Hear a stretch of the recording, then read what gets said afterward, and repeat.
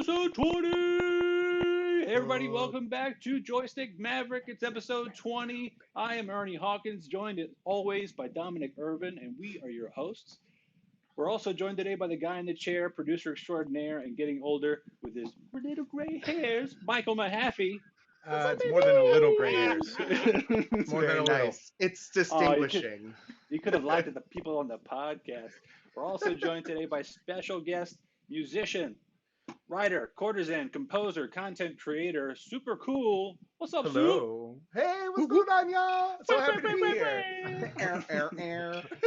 Earlier today, I posted in one of your streams, purr, and you read it out loud. P-U-H-R, P-U-H-R, purr. That's the air horn. Got it.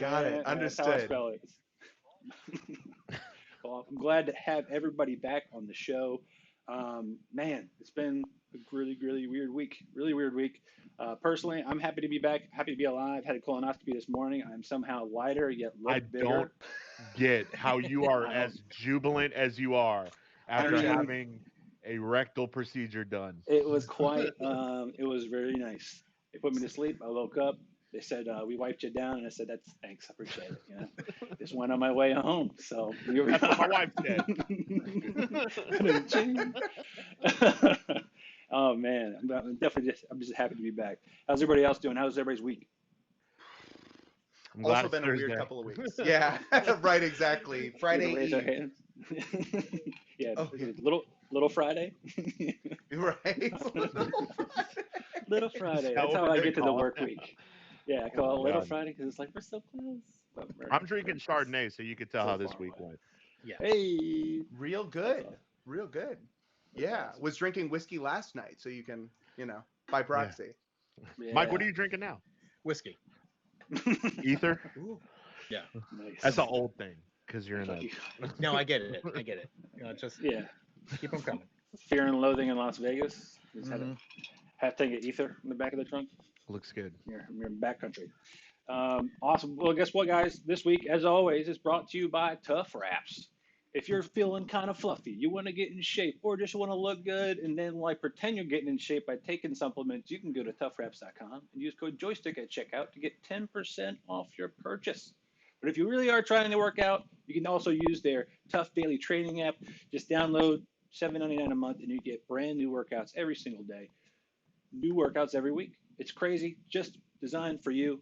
They give you videos on how to do the moves and all that kind of crazy stuff, so you don't hurt yourself. Because that's really what always sends me back home after the gym is going too hard or just having bad form or just feeling kind of gross. But that's not my fault. That's not Tough Wrap's fault. That's just me being terrible. But my friend almost died after he went to the gym 2 weeks ago. I thought you were going to say after using Tough Wraps products, dude. No, not at all. Tough Wraps saved his life. Are you kidding me? Brought him back. Actually, a representative from Tough Wraps showed up and gave him mouth to mouth. Just slipped him tongue. And it was That's AJ. Awesome.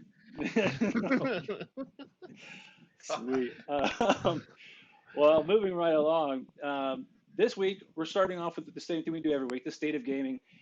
So, Soup, what we do is we kind of go through the little bits of kind of the gaming news and things like that. So if you have any questions or don't know what a certain game is, let us know. Yeah. Boom. And no, it did not. Did we just lose? Or no, there it is. I'm pretty sure my application froze. 2 seconds. Okay. Yeah, no problem. Banter. Yeah. I've Banter. been on the road for 2 weeks straight, so I have no idea what's going on in games right now other than New World coming out, which is all anybody around me talks about. Everybody's streaming that game. Yeah, everybody is waiting in their queue for 3 hours to get in, so it's yeah, that's what we hear, and it's the first topic. Spoiler: it's the first topic. Oh, I haven't seen. I did it. Yeah. Is this how you podcast? Yes. I honestly haven't seen anything about it. I've completely gone dark on it. Mm-hmm. There is not a game more uncompelling than New World is to me. Oh, no. It looks so fucking boring. Oh no. I mean, it's got that nice medieval, fantasy, high fantasy thing going for it. Yeah. It sounds like the first 20 levels are kind of you get to trial classes, sort of. You can always respec So there's a certain amount of pull, and it's not a monthly subscription, which is like, that's I think a big thing for an MMO. If you can pay one time for an MMO and you can play it and have a really great time, then hell Absolutely. yeah. Take that Sam in the daily. chat says he's already spent 103 hours in. What It's the been fuck, out for man? 3 days. Wait, is that even possible? I'm assuming he's talking about beta as well. Beta. Yeah, must right. have said no, that's the queue time. Oh, queue time. True. 103 hours queue time. Oh my god! Why would you even That's play that game? disgusting. Hey, guess Well, what? You that's could the go thing. do that in 103 hours. Drive across the country. It's true. It's true. It took my wife and I 88 hours to get from where we live to the East Coast and back. Dang. 103 hours is that's plenty of time. You can stop and rest and enjoy yourself in 100. Even go to Yosemite, or yeah. Yeah. See the trees. stop at the Great Lakes. You can almost make it across Texas. Yeah, like we Takes- know. Yeah. Without getting a ticket though. No, ain't gonna happen. You can't drive in the whoa. left lane in Texas, apparently. That's You the can't rules. cruise in the left lane. I Yeah, was the doing right lane 90. is for cruising. Listen, I was just saying this last night. The right lane is for cruising. The left lane is for passing. If you are in the left lane cruising, I was doing 90 miles an hour in the left lane and got a ticket for being in the left lane. But Not not for for going going 90 miles an hour. accelerate. For going 90 miles an hour. You police can't officer's maintain like, that's speed. fine. It was fun to catch up to you. This pretty much, it's this cop in the podunk ass town in Texas, Oh. and he's like, "All right, there, partner. You know you can't drive in the left lane." I'm like, "Fucker, I didn't know that. You see my plates are from Virginia, right?" He's like, "Well, it's 4th of July weekend, and Was there are a it lot 4th of of people on the July? road." Yeah, it was 4th of 4th July. of July. And I was like, It was "All right, cool. whatever. When is my court date? Next week." Oh, so you expect me to come back to some shitty town outside of Waco, Texas next week? Fine, I'll just pay the fine. $260. Oh, you could have passed Chip and Oh. Joanna Gaines, and you wouldn't even have known at 90 miles an hour, Waco, Texas. You didn't But, think my little Civic did that? Did back in the day. All right, we're back on the rails. You guys Yes. can see New World. Yes. Thank God. All right. So Sam in the chat already brought something up because we already complained about the queue being too long. He said it's almost like the company made the game, has all the servers you could possibly need or something. That's because the game is made by Amazon Games, Orange County, and published by Amazon Games. Really? AWS, Amazon servers. I wonder if like there's an inner squabble between the departments of Amazon. They're like, AWS is like, fuck you gamers. We're gonna upcharge the servers just because. Oh, you like your budget? Nice and big and fat because Bezos got the space. Guess what? It's gonna take way more servers isn't to get this this a game company going. that has defense contracts that are related to AWS? Like, what are you gonna push the button on a missile and it takes 45 minutes to fire off? No, 103 hours. Yeah, but it's say 45 Yeah. minutes you wish. Yeah. We all wish. Yes. Yes, they definitely need to get their auto scaling groups situated. That's right, Griffin Blade 77. I need to work What a on dope calling name, people Griffin out. Blade 77. Yeah. I feel like that should be the name of a blade in World of Warcraft, which is also coming up. But for the sake of discussion, I pulled these specific screen grabs they actually showed on their site. I was like, oh man, this game actually looks pretty awesome. And it's funny, I shared this with the group earlier, and Mahavi, you're right, man. I definitely kind of want to play this game now just based on like some of these shots and angles. Granted, I don't know how I'm going to get this low under a wolf without being mauled, but like these look pretty stellar. I kind of want to check it out. And I joked last week that what is this game, The New World? Is it like a game where you just like show up and kill indigenous people? And evidently that's Just kind be of a what colonizer? it is. Yeah. Yeah, you're Oh, you're really? a colonizer. It's like a made up place, but it's based off of set in the mid 17th century, and players colonize a fictional land modeled after the Americas. So Oh no. yeah, for oppression. That's so troubling. Oh Amazon no. is batting 1,000. You know, rather than helping the world, they're sending that bald penis-looking dude up into space, and then they're going And to a put pe- out a and a problematic penis. game in 2021. How does he Oh, not know no. he looks just like and then flew in a rocket just like Dr. Evil? I don't understand it. Look at the size of This that episode Johnson. brought to you by Amazon, AWS. Well done. Well done. Oh, it's good stuff. It's definitely good times. But This no, game I looks definitely boring. I want to play it. I want to play it. What? This game looks so fucking boring. I'm They've sorry. got the staff from Raiders of the Lost Ark that shows you where the Ark of the Covenant is on the left-hand side there. I don't know how you're not going to be stoked about this game. But only in a Plus, you get specific time of feathers day. in your hat. But Yeah. like, I don't know. MMOs hold a special place in my heart, and I look for something very specific in an MMO. Like when I play World of Warcraft, I'm like very interested in the story behind it and the lore and all of that stuff. And then when I play Star Wars: The Old Republic, I'm interested in the fact that you can Lore. be anything that you want in that game, whether it's a Jedi or Sith or anything like that, and you have that. And then when I play Final Fantasy 14, I just want to look like a cute cat boy. So, this game, I'm sorry, I don't know, it's just me. This game just looks Is it Can't because you argue. already live in an oppressive America and you don't need to play a game that's an oppressive America? I'm a brown guy in the United States in 2021. I'm living in the new world. Oh, that was hurtful, and I apologize. Me sitting here on my privilege. Moving right along. This also does look like a complete ripoff of Casey Jones's Mask here in the middle. You can't tell me that guy is not trying to beat up Ninja Turtles. Yeah. For those sure. of you who are True. younger, Casey Jones was a guy in a hockey mask that hung out with the Ninja Turtles. And if you don't Played know by who the Stephen Ninja Amell. Turtles are, Yeah. Stephen Amell from Arrow fame, and from getting thrown off planes for getting fights with his wife. Not a good look, Steve. Nah, man, he owned up to it. He was like, "Look, I was a did. dick. I deserve to get thrown off the plane." Okay. I was- Because he's in He that also said he wrestling was show drunk. now. Yeah, We he's like, love "I was drunk, I character was a dick." character development is He good. was like, I'm in the movie, a show called Heels, where you're supposed to be the bad guy, and I was just in character. I was being a method actor. How do you not ride that train? I don't know. Jared Leto did it for Joker. Look how it turned out for him. Oh Look at Heath Ledger. no! Always too soon. How'd it turn out? Always too soon. And what do you know? Activision Blizzard's in the news again. Jesus. So the U.S. Equal Employment Opportunity Commission, the EEOC, as I like to call them, has been unearthed in a recent news update from the Activision Blizzard ongoing litigation. And I'm going to read the little blurb here. Thank you, Mahaffey, for once again always putting this together for us.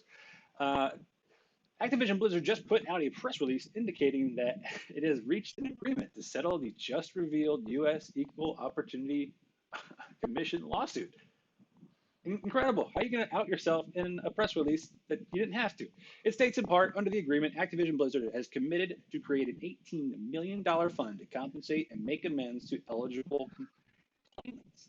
Any amounts not used for claimants will be divided between charities that advance women in the video game industry or promote awareness around harassment and gender equality issues, as well as company diversity, equity, maybe that's equality too, and inclusion initiatives as approved by the EEOC. The agreement is subject to court approval.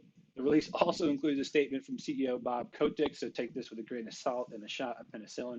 There is no place anywhere at our company for discrimination, harassment, or unequal treatment of any kind. Why does I he am sound like John F. grateful Kennedy? Oh, to the fucking employees sure, who dude. bravely shared their experiences. I'm sorry that anyone had to experience inappropriate conduct, and I remain unwavering in my commitment to make Activision Blizzard one of the world's most inclusive, respected, and respectful workplaces. You can't not read that and not have Where a the fuck is dickhead Bobby Kotick kind of from? accent. Yeah, where- No, he's from Long Island, New York. I not Oh, only I wanted to could've went- claw out my eyeballs, but also claw off my ears. Thank you. I could have went like Governor Cuomo with it, I guess, but I just didn't feel like doing that. Excuse me, That's a whole ex-Governor family Cuomo. that's been in the news recently too. Both the Cuomos apparently sexually harassed. Yep. people. I mean, when the shoe fits. You're a duck.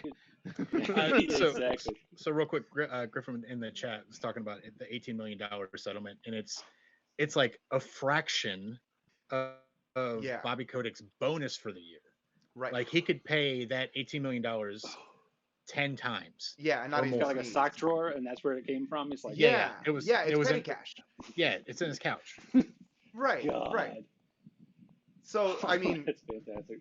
it just doesn't feel like justice for the lives that were so derailed from where they should have been. And it's just, I mean, it's another example of a big bad company getting away with murder because they have 18 million? Are you fucking kidding me? 18, that's it? So yeah. Yeah, I mean, a girl killed herself. Right. Someone died Yeah. because of Yeah. it. Like, I bet I he haven't like played. I haven't didn't played even any of their memorize shit this. He had to read recently. it from a It's piece of been paper. insane. Like, I just feel less enamored with their bullshit over the last couple of weeks, months, and you know, it's really unfortunate because there are a lot of people that work at that company that are not shitbags, Right. that are victims in this, and it sucks. True. But yeah, $18 million. That's like fucking the people that play WoW paying for 1 month of WoW. Yeah. Like, Not even. Yeah. Oh my gosh. Yeah, not even. It's got to be even less than that. Yeah. That's crazy. Toby in the chat says literally getting away with murder. Yeah, Yeah. Absolutely, absolutely. getting away Yeah. with murder. And then you gotta want like, and then you gotta. Of course, we always talk about this every time Activision comes up, which is unfortunately every week. I feel like half the show should just be called Joystick Maverick. This Talks week about in Activision. Activision Blizzard. Yeah. Yeah. And they should just definitely be paying us for part of that, not part of that 18 million, but a little bit of No, chunk no, change for yeah. at least defending the good people that work there, that work to try to create content and a good environment, and at least spoke up about the shit that happened to them. But They're making all the wrong moves because now what they're doing is like they're trying to like say, oh yeah, we're inclusive, so we're gonna take out the fart emote in WoW and we're gonna make The the spit emote. pictures fruit instead of scantily clad women, and we're like, that's not the problem, guys. Maybe don't go into somebody's cubicle and show them your dick. Like, just don't do shit like that. Like, I mean, this is I good mean, rule of and thumb. ABK, the semi like union that they've got going on, have a list of things that they want changed, and none of that's happened. None of it. Let's not They're forget that. literally just ignoring what's being Yeah. said. Like, Yeah, it's for fine. sure. Throw money at the problem. Somebody else Yeah. will manage that, right? they changed the whistle emote from a cat call. So good on you, Activision Blizzard. Way to take a stand against, you know, all the shit that you've done over the last couple of years. Yeah. It's great. Gender inequality in game Yeah. development. You Yes. really did it. You fucking hit the mark, guys. Excellent. I mean, Sam, and Sam Heaps in the chat general, said, hashtag we're the good guys the good now. guys. hashtag feels good, man. Good job. Yeah. No, and Blizzard is notorious. They've been notorious for years for underpaying their developers in the first place. Yeah. Because it's exposure, which is gross. Now that we know that it was literally exposure. Exposure. Right. They didn't say what Yeah. kind. We didn't Yeah. say you were gonna get exposure. We said we were gonna expose to you. Yeah. Yeah. Semantics. It's putting the comma in the right place, you know. Right. Yeah. Let's eat, Grandma, or let's eat, Grandma. Let's eat grandma. So I know we don't have much other news for gaming, but there was something big that was announced today that we should talk about a little bit, and that was Fire it Sony. Sony bought Bluepoint, Yep. which is a big deal.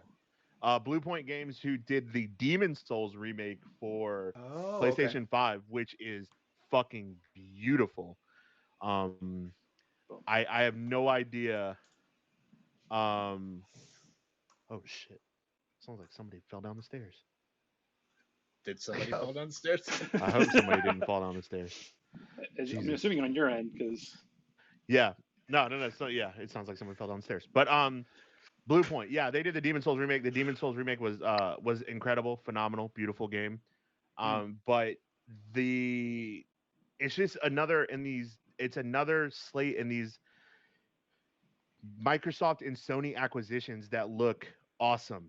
Like, I mean, Microsoft bought Bethesda and Sony bought Bluepoint now, and I mean, for a while Sony was just quiet when it comes to like any of their games coming out, and then kind of blew it out of the park with the Sony State of Play that came out last month and showing like 2 Insomniac titles and God of War Ragnarok and all that shit. So it's really cool to see that they're acquiring those studios. And my guess is that Bluepoint's going to do something really, really cool with Sony. Because like I said, their Demon Souls remake was great. Now everybody wants Bloodborne, which I don't think Bloodborne needs a remake. Right. I don't think it needs a remake, but it definitely needs a part 2. Sure. yes. Yeah, build more in that world. Build more with those mechanics. Yeah. Yeah. Absolutely. Shout out Griffin Blade. Also in the news, Netflix bought Night School Studio, which made Oxenfree, which makes that like their first official like gaming buy. Correct, boys? We're gonna get a Stranger Things game from the Oxenfree developers. Which I mean, fuck, Oxenfree was dope. Yeah, I was about to say, I don't know that I'd be mad about that. No, I probably play that. I don't know anything about Oxenfree. What is it? It's a point-and-click adventure game that has horror elements to it. It has a lot to do. There's a lot of gameplay surrounding dialogue options and how fast or slow you say what you're going to say. And so the characters have this it's a very fun, loose kind of dynamic, based a lot on dialogue, as well as some other regular normal point-and-click mechanics. Picking That's awesome. up, interacting with So things. you It is a can sound great like game. Bobby Kotick, or you can sound like Sling Blade if you choose. Because it's real kind of slow with it. Yeah, exactly. Well, yeah, it's the timer of like you could say the positive thing, but once that timer is up, you have to say the negative thing, like kind of Cool. kind of mechanic. Yeah, it's cool. Nice shoes, you suck. Nice shoes. Yeah. For those of you who don't know that are in the younger crowd, Sling Blade is a movie from the 90s. Oh, come on, man. Hey, that's Hey, you know what? me. The four of us laughed. This is not safe for work or for kids, okay?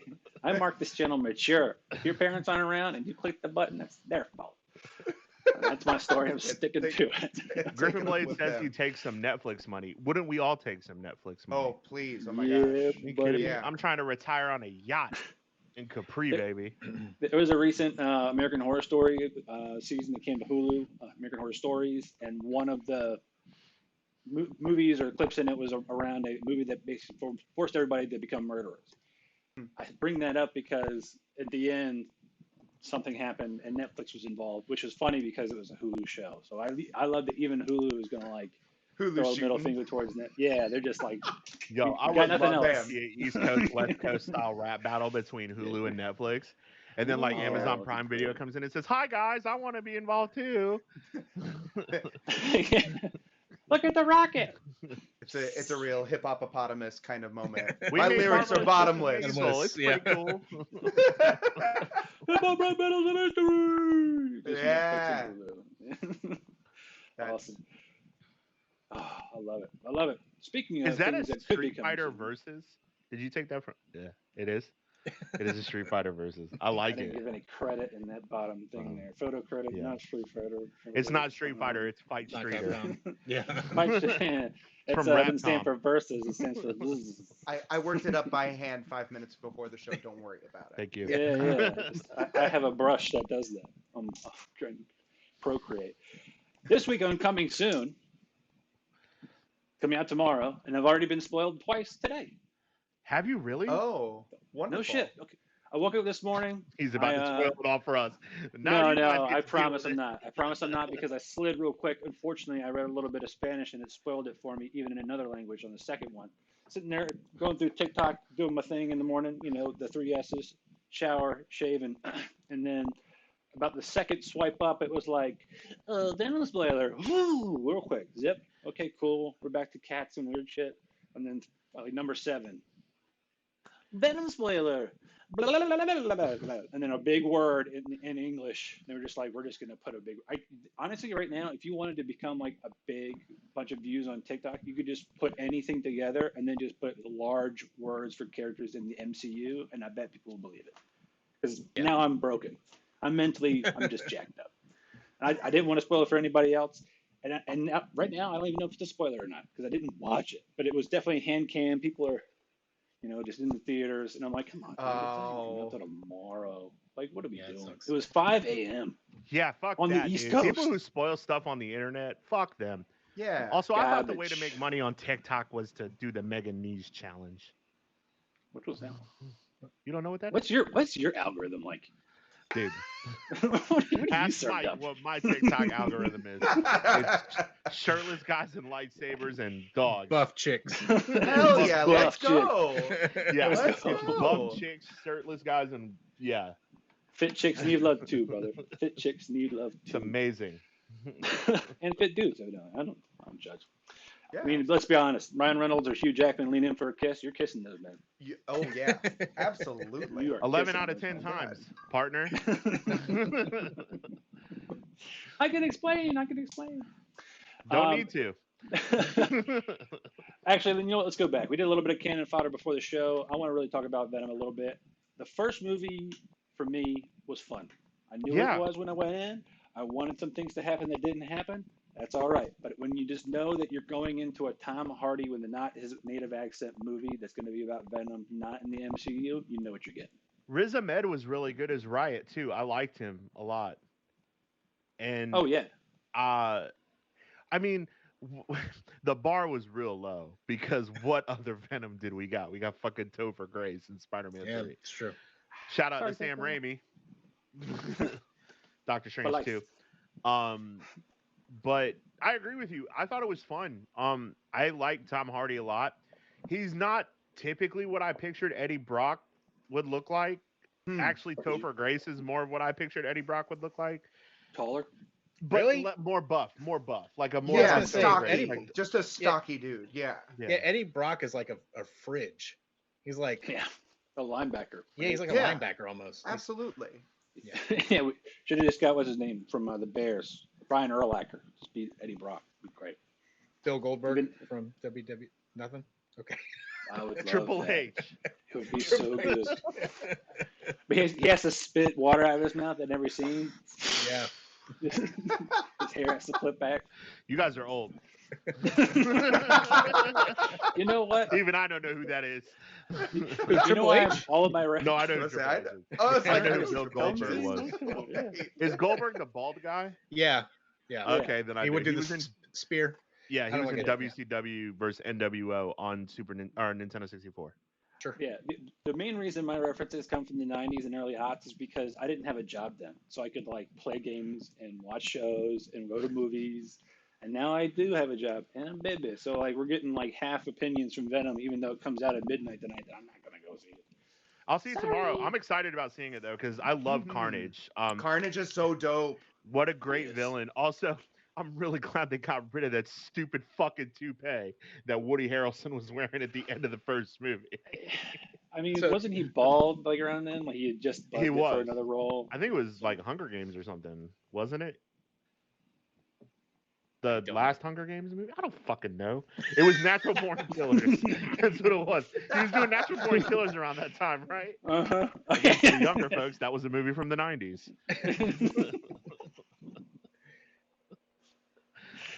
But to your point, Woody Harrelson I'm excited about. I'm interested to see, really just how vicious Carnage is. I'm wondering whether or not, they kind of lean into it a little bit of how Carnage later on could stab people and then suddenly take them over, kind of like zombies or extensions of himself. I want to see, where they put the limitations in as far as the movie, but also I'm curious if there were limitations legally, hey, you got Carnage as the character, but you're only stuck in this kind of window of story that you can play with, right? The movies we've made or the comics we've made after the licensing began, you can't use those storylines because they're ours, right? So I'm interested to see what that is. Yeah, who knows? But in the trailer, something interesting that somebody else brought up was that when he's being shot at, he's opening that hole in his stomach. Yeah. And the bullets are going straight through. And Eddie and Venom can't do that. Right. That's that's straight out of the comic books because Carnage is infused with Cletus Cassidy's Did any of you read King in Black? I'm sorry, I'm not going to derail this whole thing, but King in Black, the thing about Null, the symbiote. You should read it. It's about the symbiote god, and it has a bunch of Carnage stuff in it too. Interesting. So you should read it. It's really good. But no, to your point, Carnage and Cletus, they're basically the same person, right? They're the same being. When you see them kind of peel away, it's almost like he's being created. Woody Harrelson's face is being created versus peeling away, where Eddie Brock and the symbiote kind of they have an agreement. Coexist, right? Yeah. Toby says in chat, they make this thing look like a horror movie, and I could not agree more. Yeah. What's the rating on this? Is this an R-rated movie? It's PG-13. Interesting. Interesting. Yeah. So I read the Amazing Spider-Man as a kid, and I remember Carnage coming into the Amazing Spider-Man, and all of the really kind of grotesque violence would take place off panel. You would know that it was happening, but it would never be shown discreetly. And so I'm wondering if they lean into, because if it's a rated R movie, then they can do all of the nasty, in your face disgustingness. But in PG-13, I wonder if they do a lot of the kind of carnage, really grotesque killing just off screen. You'll just see shadows of like scythes going through people's bodies. Yeah, yeah. Like, oh, that's great. Like, look, it's gonna be so easy to animate this movie. But I mean, even in the trailer, Carnage puts his tongue into a soldier, and the soldier's like, yeah. That's gross. That is some gross shit. Well, I don't know, man. That's a manga PG-13 level in shit. 2021 is a lot different than PG-13 in 1999. That's true. fair. Like, That's true. Things are getting a lot more edgy, so we'll see. I mean, I'm stoked for it. Have you seen a PG-13 movie from like the late 80s, early 90s? Yeah, Jaws. There's like so much going on in those movies that There would were not boobs fly in today Titanic, and it was PG-13. for sure. That would never fly today. You can say fuck one time in a PG-13 movie too. I learned that from the movie Yes. Be Cool with John Travolta. But they had to plan the Thanks. fuck real good. Yeah. Thanks, Scientology, for that fun fact today. Vince Vaughn is also in that movie. Twinkle, twinkle, motherfucker. Okay. Yeah.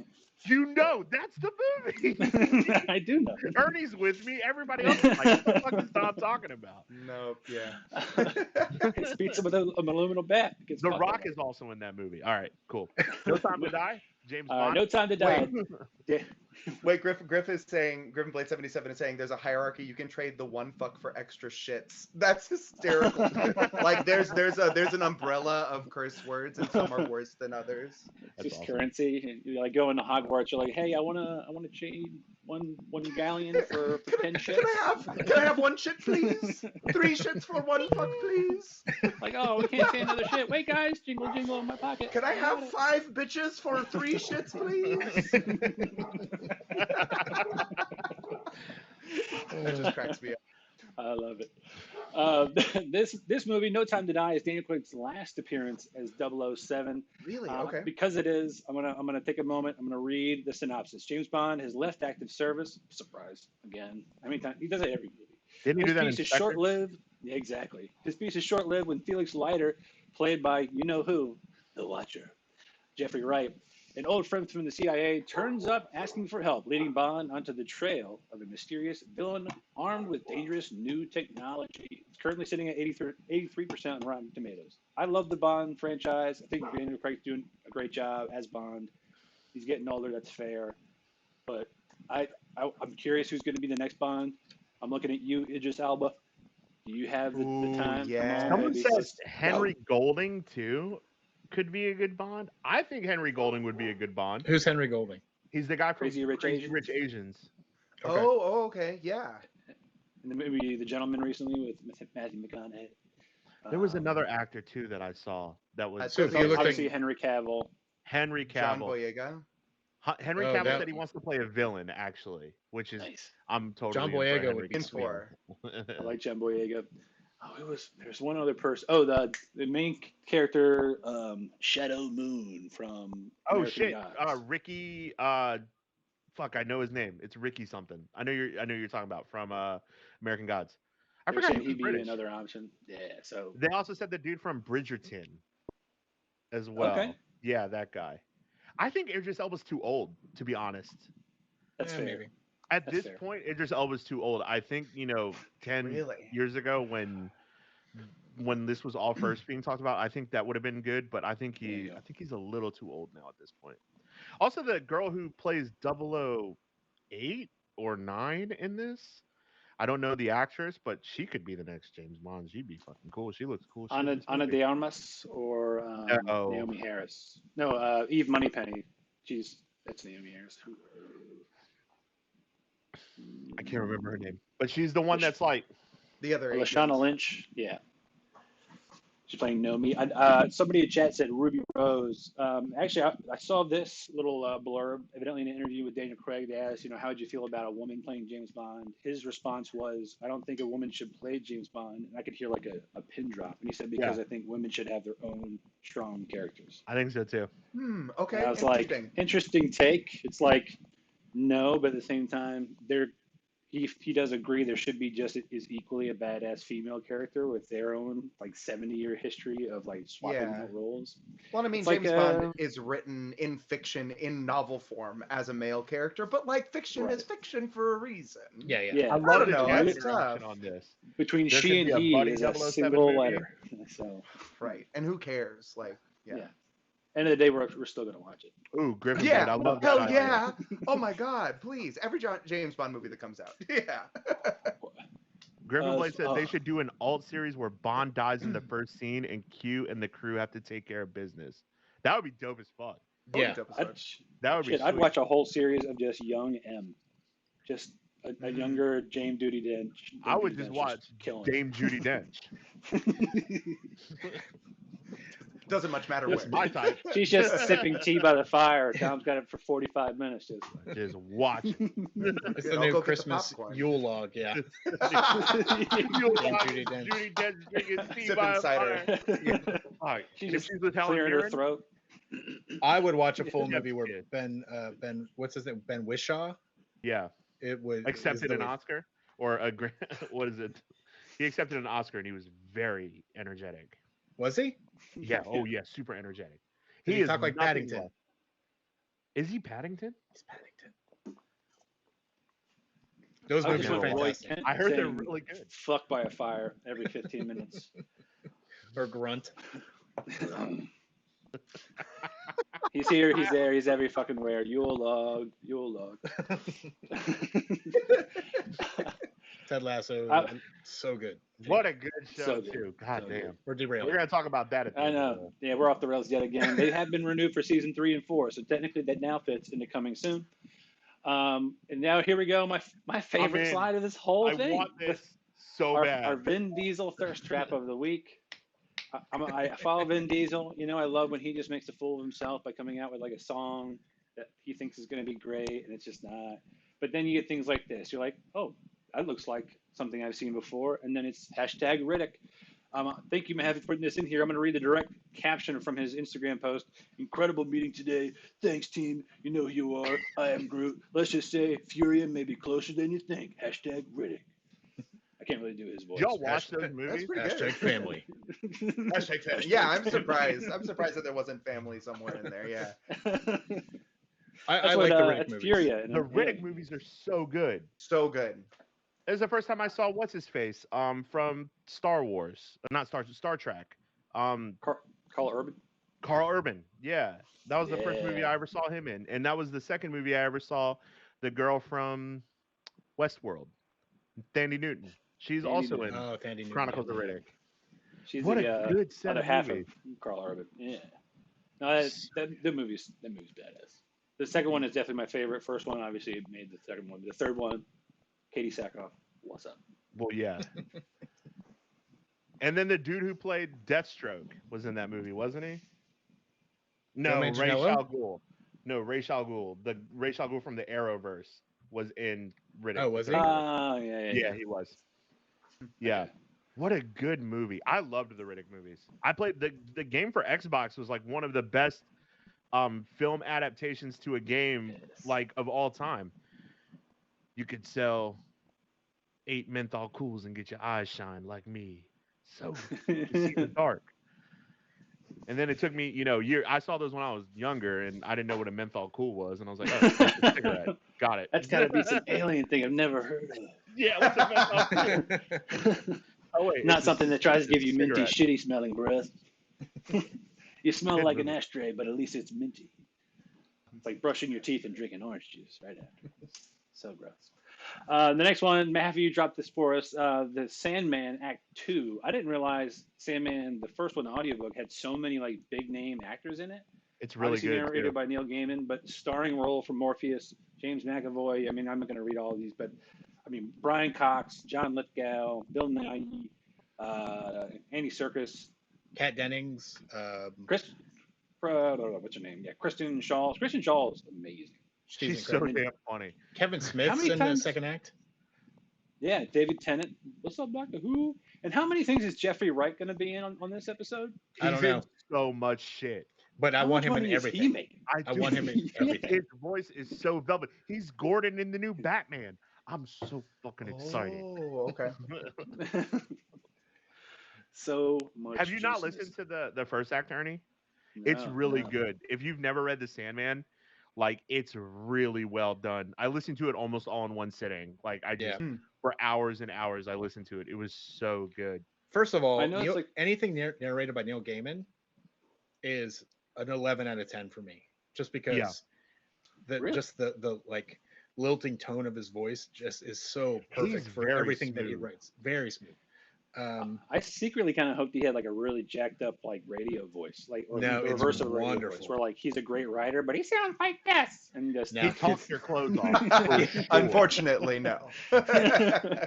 he's just multi-talented. Some people Well, have it all. And side note, today I found out that Good Omens, which was a book written by Neil Gaiman and Terry Pratchett, they have their own fully cast audiobook coming out, I think, in November. With with the Michael Sheen cast and from David Tennant. Yep. Fuck yeah, I'm in. I wanted the American awesome. Gods full one to be with Ian McShane and all of them, but it wasn't. Yeah. But So any audiobook on Audible that's narrated by Neil Gaiman, get it. It is he's so good at it. it's really cool. I didn't know anything about Sandman. I know that Constantine comes from that universe. But it was like I was immediately hooked when I listened to it. James McAvoy. God damn, James Yeah. McAvoy. He's Hey. like the triple threat. Good looking, beautiful voice, and he can act. And Is that the triple threat? yeah, something like that. Just fan yourself real quick for me. Just woo. You gotta cool off a little bit. John Constantine in this audiobook is played by Taron Egerton, who Nice. would also be a good Bond. Ooh, Taron Egerton would be a good Bond. He's young like enough. if they did a young Bond. Yeah, he's young enough. He Ooh. and it would just be Kingsman, but like gritty and less anal sex jokes. Oh, then I'm out. I'm out. Maybe less anal sex jokes. That's awesome. At least we're on brand today for how we talk about people we've never met. I love it. Speaking of people we've never met, Did you Coming guys watch soon. did you guys watch the credits? Super cool. Did you watch the credits? Oh, I'm Dude. yelling. I'm yelling. I'm yelling. This shit for looks people so on the- dope, on the and I'm podcast, so this is in. Cowboy good. Bebop coming to Netflix. Released their trailer this week. If you haven't seen it, go out and see it now. Mm. I was so pumped. Like I'm getting Sin Mhm. City vibes. I'm getting like all the things that I really want That's to see in true. something based off of a kind of a comic or cartoon. This is it. Fantastic. Yeah. It looks so the intro when they showed the credits and like I'm just like I was immediately brought back into watching this show on Toonami as a kid and I Oh. was like I cannot wait. My wife and I are watching the original together in Nice. anticipation of the show. And I'm like, "Man, John Cho looks like Spike. I cannot believe it." It's incredible. Such a good casting, for sure. Yeah. Oh my god.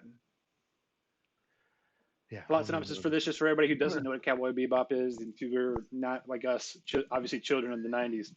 A Obviously ragtag not in our crew of chat, bounty 'cause we're all hunters really excited. chases down the galaxy's most dangerous criminals. They'll save the world for the right price. Now, this definitely looks. This like the next three things are all going to be Netflix. Spoiler alert. But this is the first one, and I wanted this one to be first because I had the most like hyped up hard nips for it out of all three of the things we're about. And to most talk about. certainly, yeah. Because Yeah. it hit that nostalgia like pocket for me. The next two, I don't really have any like fond memories. One is kind of a new thing. The other one's kind of some games that I've never played, based off of some Polish literature that I've never read. So, we're gonna get there. Is that The eventually. But Witcher? It's like, you're being Yes. very Yeah, ambiguous. I love that. That was great. Witcher season 2. Games I never played based on some Polish literature. The only thing that come out of Poland that we know about, I don't really know. Anybody know any Polish actors? No. Where did Bjork come from? The guy from Vampire Diaries is from Poland. Paul Wesley. Who that? Which one's that? I just know that because my wife was watching Vampire Diaries before the show. Fair enough. All right. Is he a triple My threat? wife, Can he yeah. sing? My wife, that's it, me, while I'm drinking my Chardonnay You basic bitch. I love it. and reading Vogue. So, Road to Season 2 came out, a little trailer with The Witcher. to me, what I liked about the little clip was Geralt's, basically in the same house with Ciri now. They finally linked up. That's the end of season 1. Spoiler alert. Hang on. I did this. Ready? Spoiler alert.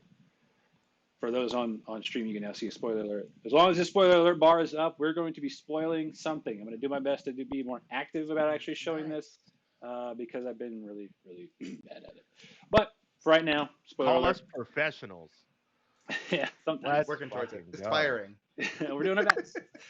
But no, so spoiler alert, end of season 1, we had The Witcher, aka Geralt, meet up with Ciri, and then this clip, it was all of a sudden you heard a bunch of ruckus in the house they're in. She's like, "Where are you going?" He's like, "Stay here." And then you see him drink his little vial, and she goes, "No, don't leave." And then he spins around, he's all blacked eyes and looks all crazy. And it was like go time. It's like, dude, if you got something in the house, who would you rather have like protecting you?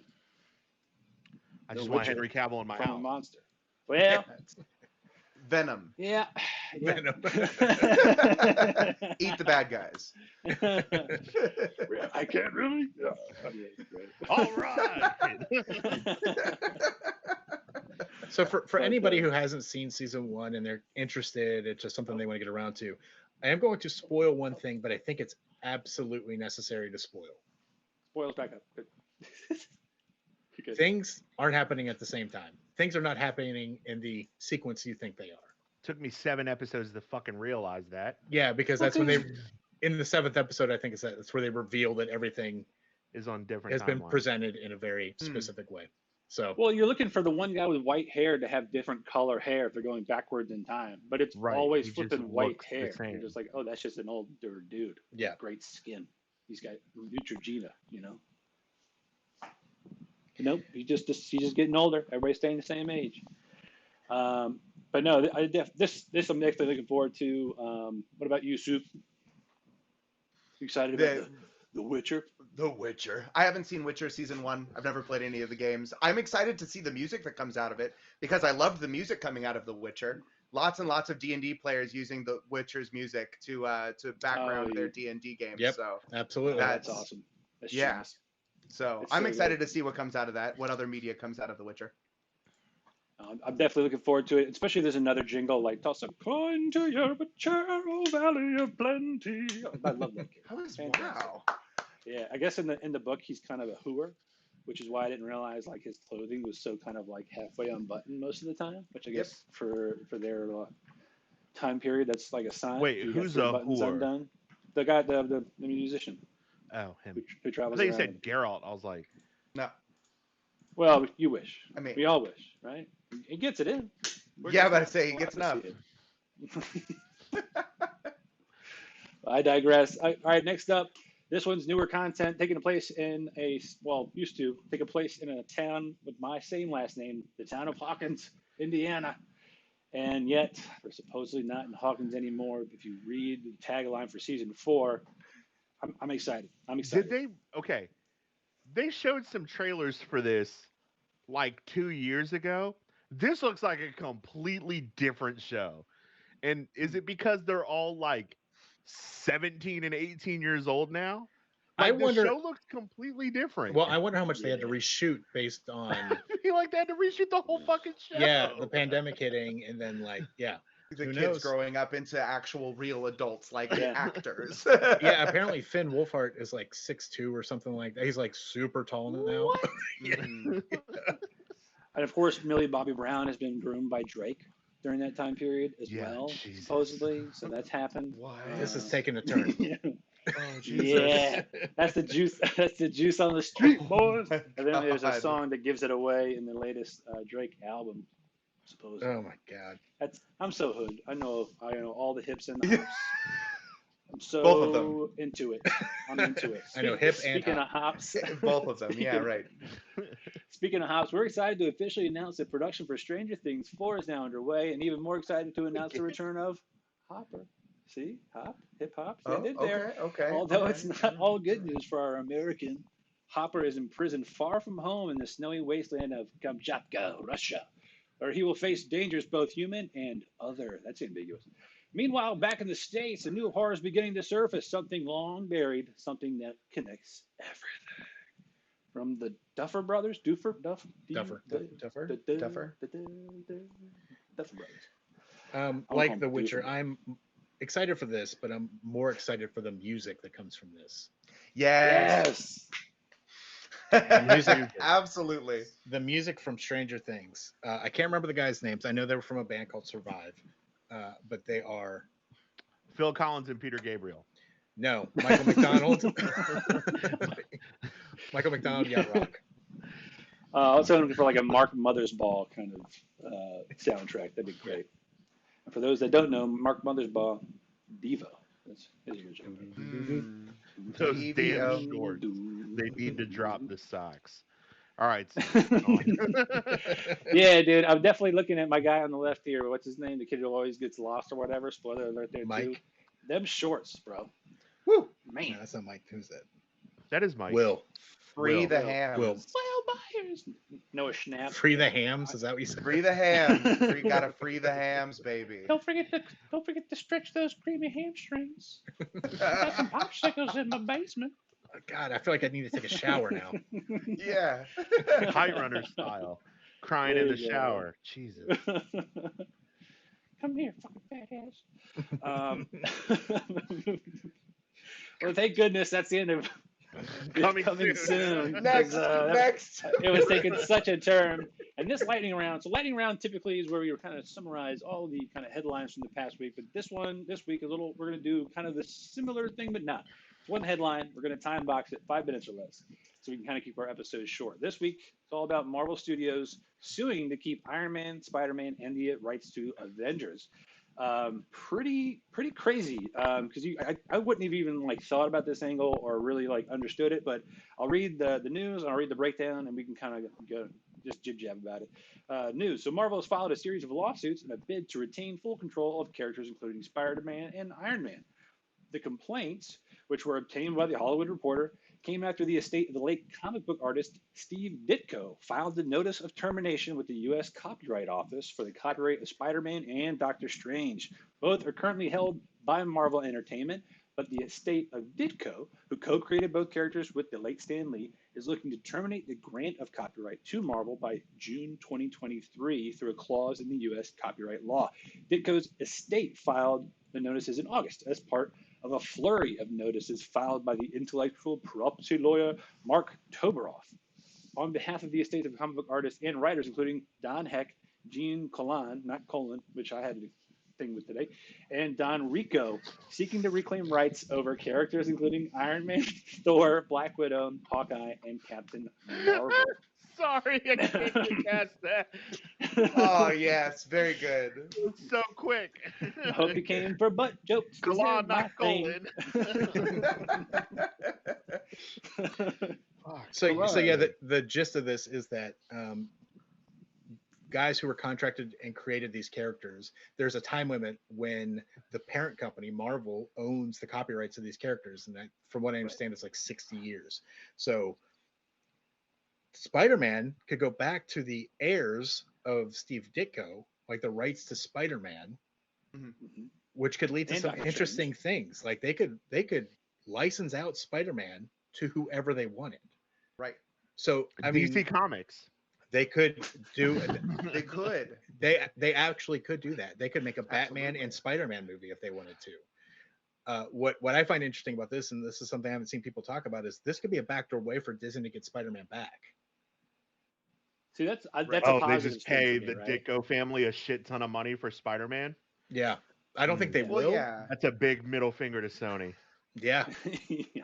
It's a huge middle finger to Sony. Well, I mean, I'd imagine that it would just be like the same sock drawer that Bobby Kotick has for buying the rights to anything. It's like Use that Just money. fucking writing a check, and Sony's doing, or Disney's like, fuck you. Money Do you can't want happen. gold bars, 50 million? titanium, or vibranium? How do you want your money, Please. folks? Hey, as long as the competition creates more interesting stories and more interesting universes, I'm in for it. Let's go. Yep. True. Yep. Game time. Game time. I love it. But I think I'm what's all going about to it. actually end up happening is Disney's going to just pay them a Buy shit it. ton of money. Yeah. Probably. Just to The mouse retain owns the all. rights. Yeah. Yeah. Yeah. And while I get excited about Marvel having all their characters back, it's always an internal struggle with Disney's Yeah. still kind of a shit corporation. Yeah, the House of Mouse, man. We're never going to get sponsored or get any interviews with them. That's okay. That's all right. That's all We right. probably get interviews with Scarlett Johansson at this point. Big eyes. Big eyes. My wife's not right behind me, right? No, we were talking about the color scarlet, like the scarlet letter. This is a book club now. This is a book. Yeah, Right. they make scarlet colored paint in Johannesburg. It's a All right. Brotherhood of the Scarlet Pants. That was me today after my phone. No, All right. No, next slide. Next This slide. is your fault. Let's go. You did this to me. All right, real quick. This week, new releases. Oh man, moving right along. Speaking of new releases, not today. Not gonna do it. It's right there. I'm not gonna talk about things that released newly for me today. Star Wars Visions. Fuck yeah, let's Came out this go. last week. 9 episodes of what to me were probably the funnest Star Wars content that also didn't make sense in some parts of all time. And I can't wait for us to talk about it. I just grabbed 9 random clips here for those who are watching at home. Shout out Griffin Blade. What's up? Hey, yo, Sean. What's good, Sam? Toby, you still with us? I watched most. I haven't watched the last 2. I think it's Lab and Ocho and then Akari Kiri. I haven't watched those. But everything else I watched, I enjoyed. Even that slow burn, like Happy Mega Man Robot one, like who wants to become a Jedi and then finds out, oh God. But what did you guys think? We'll start from the top left corner of the duel. The duel was off the chain. Yeah. The Probably duel the sets it best off. one to me. The first one was the best My, one, it I would was say. my But second favorite. Yeah, it was one of my favorites. But yeah, when he pulls out the lightsaber and she pulls out the umbrella lightsaber, yeah. Well, when he pulls out the lightsaber and it's red, and you're like, "Whoa, what's Ooh. happening here?" And then These at are the end, words. I'm excited about all these words. I haven't watched this yet. I heard about this. No, it's okay. Spoil away. I'm gonna enjoy it anyways. okay, But okay. umbrella Spoiler. lightsaber? Are you fucking kidding me? Yeah, she has a Yeah. lightsaber and she it opens up That and the sounds blades come out incredible. and they spin. It's fucking And then sweet. That she sounds can so detach it. She can detach it, and it's a single blade. Yes. Yeah. Awesome. But That's so cool. the twist at the end when you realize what the main character is actually doing, Yeah. chef's kiss. Yeah, so, Oh, so nice. good. Okay. The next one, Tatooine Rhapsody for me was if that didn't hit just all my like pop punk kind of yeah, nice really cool. tones. Okay. I loved every bit of it, and I love that on the right hand side in this picture is an emo like hut from like Jabba the Hutt emo's cousin. It's So good. fantastic. One after that, the twins, That which was my favorite one. Yep. Was that so good? Allison Brie and Neil Patrick Harris voicing Yes. the two of those? 'Cause Neil that's what Patrick that sounded Harris like. from How I Met Your Mother fame. I nailed it. I didn't even look that up. Hey kids, Neil No. Patrick Harris was in a TV show where he played a Yes. doctor called Doogie Howser, and he was a kid. Yeah, He was also in Starship Troopers. But yes, And Neil Harold and Patrick Kumar. Harris and Allison Brie. It was really good. Really It good. was awesome. I will, at this point, I want to point out 2 things. I got 2 things that the internet has effed me up with. I don't know why I just said F, because I feel like what I'm going to say is going to be worse than just Sam. saying the word fuck. Totally But- Sam. Put some Sam. respect on Dr. Horrible's yeah, name. I- One. Dr. Horrible! 100%. Yes. Where is Oh Captain my God. Hammer? I missed me some Nathan Fillion in these too. But no, but the one thing that fucked me up, I was sitting there trying to find some good clips, rolling through Twitter like I do. Don't look up Star Wars Visions if you don't have any kind of safety filtering. About 10 tweets Oh, a little in. bit Rule 34. Oh my God, it was so graphic. Oh, These two no. doing things nobody should do that Yeah. quickly for a That's Star terrible. Wars kid fucking cartoon. Nope. What in the fuck is wrong with people? Oh, real quick, I do want to give a shout out to Heyo Sean, who's in chat, because he's the one who put me on to I Kill love la that that Kill. has made you think of him. Well, we were talking about the twins. And the people Oh, who did yeah. the twins is Trigger, and they did Kill la Kill, and Kill la Kill there you was go. off the chain. I need to watch it. It's so good. You can watch it in one day. Nice. Is it on Netflix? I think it is on Netflix. I either watched it on Netflix or Hulu. It was one of those two. So the next one, going down the list here, we're going the one on the left here, The Village Bride. That one was kind of a meh story for me. I wasn't really necessarily paying attention until the yellow lightsaber showed up, and then I was kind of back in it. Like, okay, this person is now middle force aligned, fairly balanced with the force, gonna be a great Jedi. I was like, okay, let's watch this. And then you go on to the next one, The Ninth Jedi. That was actually pretty fun. That was my third favorite. I loved it. The cinematics for it. Yeah. I mean, just the scale of the environment they were in. After that, this is the one I haven't seen, Lob and Ocho, but this does bring up another fucked up piece of the internet. I already know. I already know what it is, and I hate it. The sales for bunny butt plugs went up 66% after Star Wars Visions came out, thanks supposedly to Lob and Ocho. How did they get my Amazon purchase? Yeah, I mean, people are gonna like what they're gonna like. Okay, all right, Yeah, all like, right, we're it's not fine. You're not kink hurting shaming anyone. here. Yeah. I'm just, Look, you know what? I'm not judging a what kid's people show, do. but- I'm just saying that this is a kid's cartoon, and like, That's what I'm saying. We didn't even get a week. Just do this over a week without the world being. I will not be gross. kink shamed on this podcast. All right. well, Don't depends on what. appreciate I can't wait for you to like show up next week and just scratch your face while you're holding one of those bunny tail things. In your hand. You guys see my new pen? Pen is It only stuck. writes in brown though. Yeah, you should see the inkwell. Butt jokes. Let's Butt go. jokes, everybody. Let's go. I need to rename the episode to "If you don't like butt jokes, go somewhere else." What's super cool? Next episode. Yeah, right. Tune into the second half. Oh god. No, the next three here. Hopefully they're a little bit more wholesome. So the next one was TOB1, which was to me like a Mega Man kind of like Space Boy. Like it was cute as a bundle. Yeah, it was wonderful. Toby, that was called. Oh yeah, Toby. That's literally what he called the android. And then following up after that, we've got what is it? The Elder, which was my kind of like third favorite personally. I just love this creepy looking Jedi dude, and like just Also done by Trigger, by the way. The people who did Kill la Kill. Remind me what that there one you go. was. What was going on in that one? That's the one where the Jedi Knight Padawan, they're on the Outer Rim. The Jedi Knight feels a disturbance in the Force. Oh yeah. They land, and then there's this dude who had two like katana-like blades. It only disperses at the bottom to the hilt. Pretty awesome. I remember now. No spoilers for that bit, even though I got the big old spoiler alert flag on. We'll keep moving. And then finally, to round it out, the last one I haven't seen, so I'm looking for you guys, the Akakiri. Too many Ks in a row. Akakiri. We're 1K away from being too many Ks. I have not watched this one either. Let me look it up real quick. Talks amongst yourselves. But yeah, But- so this is the Animatrix for Star Wars, which is Right. off Right. the chain. I mean, we have a lot of Star Wars content coming. We have Book of Boba Fett coming December 29th. We have the Disney Plus day of streaming on November 12th, which is going to be showing more Star Wars stuff. We have Ahsoka Tano coming. It's really cool and refreshing to see Star Wars stories that are not canon. Yes. I hope that they continue doing things like this.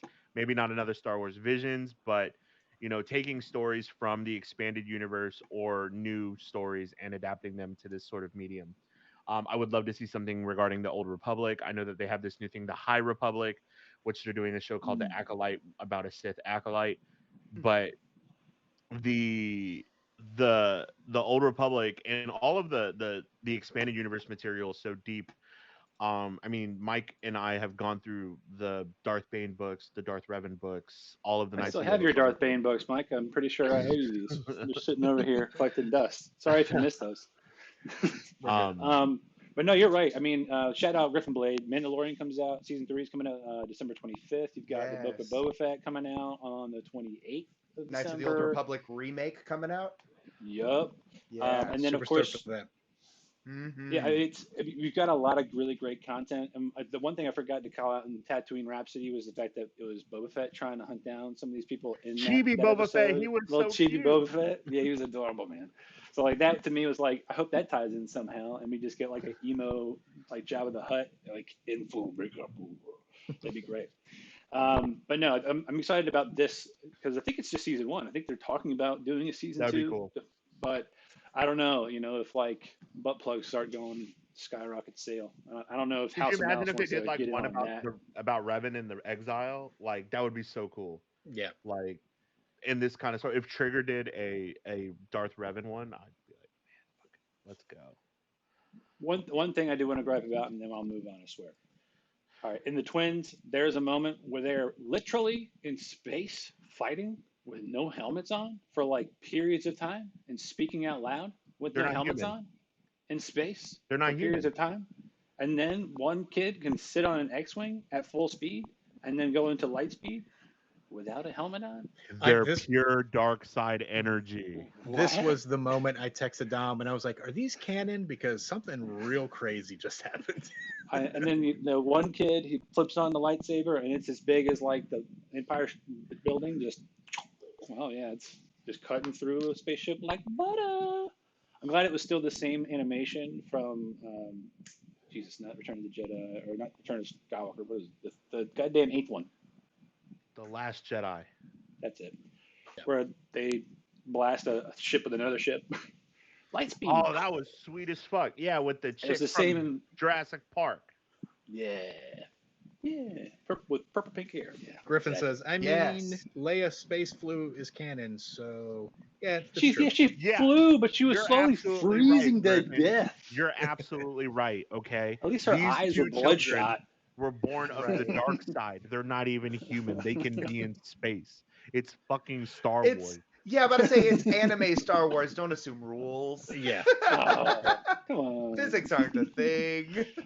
Man, I really want a real umbrella lightsaber. That's all I'm really hoping for. That was episode 1. Yes. Okay, listen. That's good stuff, man. I love it. All right, next up, I have not seen this. I do not care about spoilers, but I'm going to go ahead and keep the flag on. Spoiler alert! Do not spoil this show for me, Mike Mahaffey. I will kill you. All right.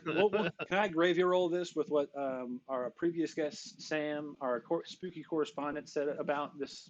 Just a little something. Let me see. We're talking about Midnight Mass, by the way, for those of you who are listening. Mass. Sorry, guys. We're talking about Midnight Mass. This quote from Sam. Midnight Mass is Mike Flanagan's best work, hands down. The best part is the trailers never gave anything away. Netflix is stepping up its horror game, and Flanagan is the one leading the charge. I'd have to agree in general. I've already heard about how this Midnight Mass ties into the movie Hush that Mike Flanagan did. Right. So there was a like, scene where one of the actresses showed a book that was titled Midnight Mass, written by another actor in the movie. It was Katie Siegel, the actress Katie Siegel in Hush, wrote this book called Midnight Mass in the movie Hush, which From is Married with crazy. Children fame. Yeah. No, that's That Same is name. Katie Siegel. same name. It's a different Kate Siegel. Oh, it's a Yeah. different Kate Siegel. Yeah, actually, I love that. By the way, in Hollywood, it's how they differentiate people. Like, you can't have the same name. So, like, that's why, like, Freddie Prinze Jr., you can also be Freddie Prinze Jr. You'd have to be like Freddie Prinze the Third, or like Kate Siegel or Katie Siegel. That's why so Michael stupid. Keaton is Michael Keaton, because his real name is Michael Sheen. That's why David Tennant is David Tennant, because there was another David MacDonald. Interesting. His name is really David MacDonald? Yeah, he's Wow. He's Scottish. Scottish. He's MacDonald. super Scottish. Fantastic tell. stuff. I digress. But yeah, that's Sam how the says sad that difference. Bev Keane is the best written character he's ever done. Bev Keane in the show is incredible, and I have a lot to say about it, but I can't. Yeah, I would really You know- appreciate it if you don't. Like, I mean, I haven't Look, watched it. look. This is what I'll say. I'm It not going to just spoil it. came out. Right. I'm not going to spoil it. The setup is there's this community on this island. Say it. It's about Say it. 130 people total population, like super small town. Everybody knows everybody. Something happens to one of the characters on the mainland. It's back to the island, and a mysterious priest shows up to lead the congregation, and nobody knows where this priest came from. There's a mystery Listen, surrounding the Hawkins, priest. real quick. No, I see Ernie's face. I didn't spoil Shang-Chi at all. I haven't And seen still haven't. anything from this except for And still one clip, haven't. and it's because it But was like nobody somebody. spoiled this. Look, man, I have to stop going on TikTok now because of spoilers. And two of them today. One yesterday was from this, and they were like deducing who did something to a thing. And 2 minutes later, a mutual friend of ours on Twitter who used to work at the fruit stand with us said, "Oh my God, I can't believe they killed the dog." And I even went to the website, doesthedogsurvive.com or whatever, to see if the dog makes it. What Like, dog? God Don't worry damn about it. that's what I'm saying, dude. I have two dogs. I am a dog. Like, there's cat people, there's dog people. I'm a dog. Look, And listen. Sam, Okay. When stop, dogs die, stop. I die. Sam, So- stop. So, Sam Heaves in the chat is just going hard. Say it. Plank his wife, proselytize. Stop Oh. antagonizing him. There's a pretty incredible mystery that has supernatural elements, but also there's this undertone of religion and how it affects a society. There's a heavy Christianity population on the island, but also there's Talk about my boy Rahul. He's the only Muslim on the island. So I mean, and he has this amazing, yeah, but he has this amazing monologue about what it means to be Muslim in America, and it's wonderful. And when it comes to the British though, yeah, but here's the thing: if you're gonna watch it and you know Rahul Kohli, he has an American accent. Zombie, right? No? Yeah, Like that's yeah. where he became famous on the Yeah, CW Zombie. And... He has an American accent in this, which throws you off because he's like 2 steps away from Cockney most of the time. Also being a massive troll on Twitter. Yeah. Which I fucking love. Oh, he doesn't give a shit. I definitely Not follow even him. one He gives zero bit. fucks. He does not care. Like, if you're on there and you're jabbing at him, he'll be like, "Look You're a behind me at cunt. the field in which I throw my fucks and notice that it is bad." Let me wipe my ass with my exclusive Air Jordans. He's the guy that's like, "Look, Ma, there's poor people around." Hide your money, y'all. That's poor people around. I love that shit. I digress. All right, so I'll read the synopsis and then we'll get the fuck out of here before Dom or Sam, looking at you, Purple Heart in the chat, spoils anything else. Sam, I'm going to talk to you, Sam. I'm going to talk to you later, Sam. Yeah, let's just have a split conversation. Let's have a split conversation for the rest of the episode. Happy and Sam in chat. The three of us just talking over them. The series is about a small, isolated island community whose existing divisions are amplified by the return of a disgraced young man and the arrival of a charismatic priest. Boom and done. And now so one more good. spoiler alert, because I actually did watch this one. Oh, it looks like Sam's ready to talk tomorrow, big dog. I'm at the binge it tomorrow. So when you guys are in our group Slack, just chatting it up about it, I'll be ruined. Looks like we're not sleeping I tonight. guess I'll have to watch it all tonight. It's a slow burn, but it's so worth it. That's why I hate it. This week on Marvel's What If proves that, to me, Avengers Infinity War could have been really, really quick. I didn't watch this yet, so don't talk about it. I'm just kidding. You can talk about it. I'm going to talk about it. Spoiler alert. I'm moving right along. Spoiler alert. I'm letting you know, the second Thanos shows up and Vision is almighty Ultron himself and just slices him in half with the Mind Stone, I'm like, where Within was like that? 2 seconds. Yeah, like it's just like immediate evisceration. What the? So many people could have not died. The blip would have never happened. Just like, but I digress. This episode, I think, is setting up for the rest of the episodes and a little bit more of the MCU because we know this is canon to all the movies and TV shows. All the different timelines kind of branching out from this one nexus point in the show Loki. Spoiler alert there. But that's why the flag's up. Spoiler alerts all around. In this episode, this is what would have happened if Ultron had actually beaten the Avengers and won. So what we see is that Ultron does get his Vision body. He does get the Mind Stone. He exerts all of that power and basically subjugates Earth. Then he goes and starts taking over all the other planets. And along the way, Thanos comes a calling for the Mind Stone, which he gets just sliced and diced and julienne fried.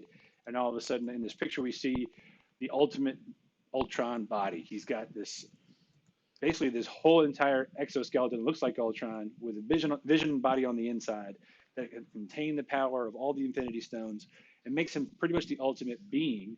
And then he becomes so powerful and ultimate that he starts to actually hear the Watcher. And the Watcher is sitting there narrating about the fact that he can hear the Watcher and doesn't quite get it right away, like, oh no, he can hear me. I'm definitely right. And all of a sudden, Ultron starts trying to find this being that he hears, and panics and things ensue.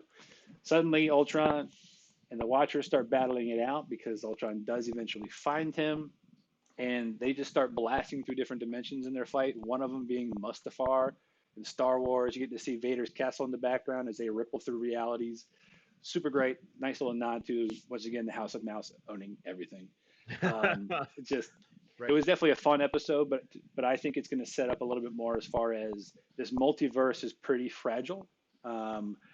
It is brand new, based off of the events from Loki, so I'm curious how that's going to tie in with Loki season 2 and all these other different storylines. Plus, we got the Multiverse of Madness coming up.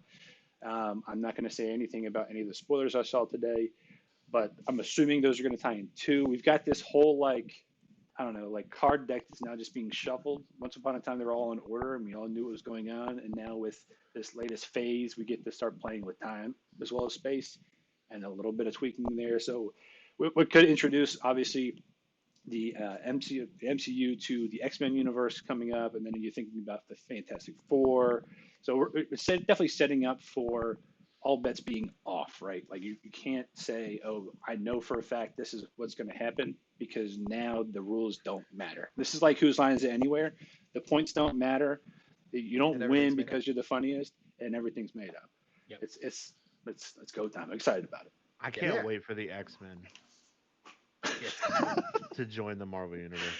That was like me sending a long text message in a paragraph. And just how responding, I feel. Okay. Yeah, just the letter K. Okay. K. And which I will always reply potassium to from here on out. No, I legit haven't seen this yet, but I've read everything about it, and everything that Marvel is doing right now, setting up like what you said, the multiverse of everything that's going on, and this being the penultimate episode of What If, and tying that really into what is going on in the MCU at this point is really exciting. We had Shang-Chi that came out that really kind of kicked off the next phase of the Marvel movies, as Black Widow was kind of like a swan song to the old phase because, spoiler alert, she died in Endgame. So she's not around anymore. The flag's there. The flag's there. So, Spoiler alert. By the way, there was an inverse scene in this episode where she's holding on to Hawkeye. Died? Yeah, where Hawkeye's like, died. just let me go. Yeah. Just let me go. I don't want to do this anymore. And it's actually incredible because he spins in the air, and it's almost like the Valkyrie scene in Ragnarok. Yeah. You know what I'm talking about, where they're fighting. Yeah, exactly. She's like spins around and he shoots this like basically a bomb at all these Ultron bots. And it's the Hawkeye we should have gotten in the MCU. He's got an Ultron arm, like they Green Arrowed him essentially. Yeah. Hell yeah! He's incredible in this episode. That's exciting. It's even still voiced by Jeremy Renner, which is always great. I love when the actual actor gets to come back and play their cartoon counterpart. I think whoever did the David Spader voice was awful. He was not ultra. He didn't have the bravado in his voice. The James Spader voice was actually the guy who played Red Skull in Infinity War and Endgame. Marquand. Yeah. Ross Marquand. He does a whole bunch of from Walking Dead. Aaron from Walking Dead, right? Yes. Yeah. Aaron from Walking Dead. Yes. He's known for doing different accents. Yeah. And he does a really good German one with Red Skull. So. Yeah. He sounds just like Hugo Weaving. Like he did sound just like Hugo Weaving. He did a good job, but for that one, he didn't quite have the you could sex you up as Ultron. I'm the fucking Lizard King. He didn't have that. You don't even know my real name, right? Like just didn't have it. It wasn't there. But I like the fact that Ultron is back. I loved James Spader as Ultron in Avengers. It was really cool. I really liked him as a villain. I know that it's like the weakest of the Avengers movies, but I really enjoyed that character. They had a lot of setup to do. I can't wait till Eternals comes out, man. Fuck, that movie's gonna be so cool. I'm ready for more MCU, man. Like I need it all. Give me Eternals. Give me Spider-Man: No Way Home. Give me Doctor Strange's Multiverse of Madness. Give it to me now.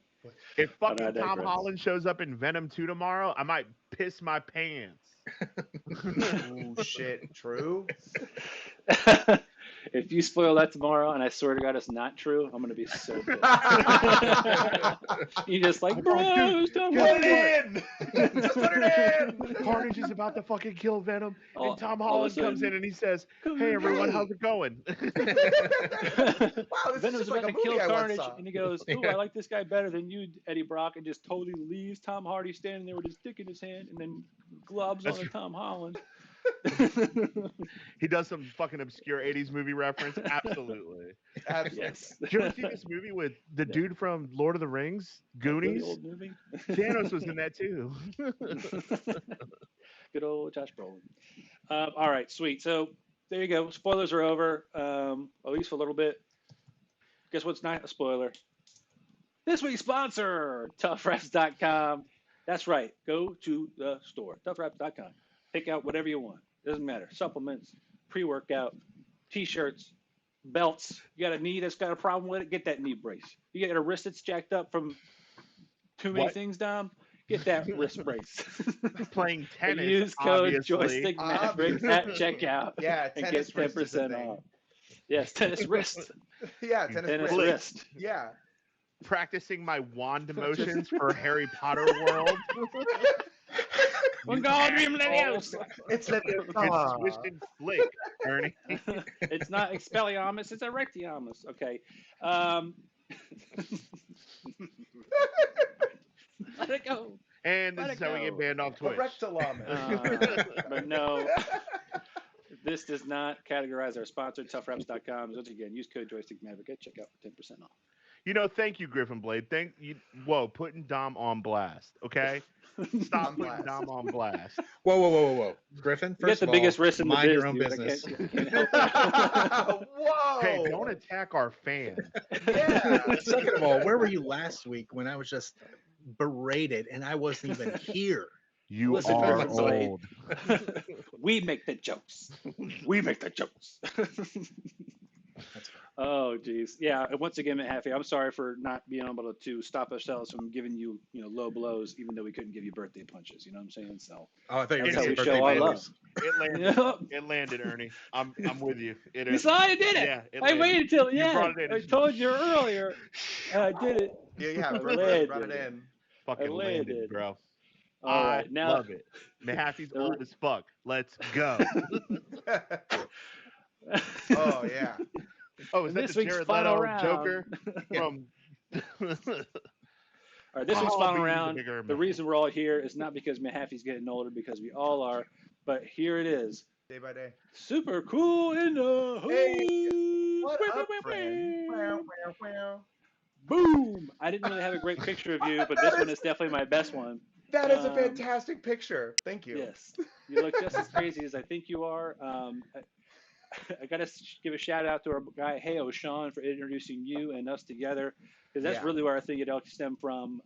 This is definitely this has definitely been fun. I know you've talked with Mahaffey, so I'm going to let him kind of lead the way on this. You are a savant in many things I don't understand, but I think that Oh. we're all going to appreciate talking about today. That's so sweet of you. Savant is such a kind word. Well- I have many years of college education and sweat and tears. Well, when my piano playing is just the extent of from Ghostbusters, I mean, honestly, they They hate that. They hate that. this is gonna get so interesting, I think. No, for sure. Yeah. Hi, my name is Soup. I'm the other voice, the fourth voice. Yeah, I stream on Twitch. I write music like crazy. And that picture is I was trying out a beer that I believe was called a Steamworks beer.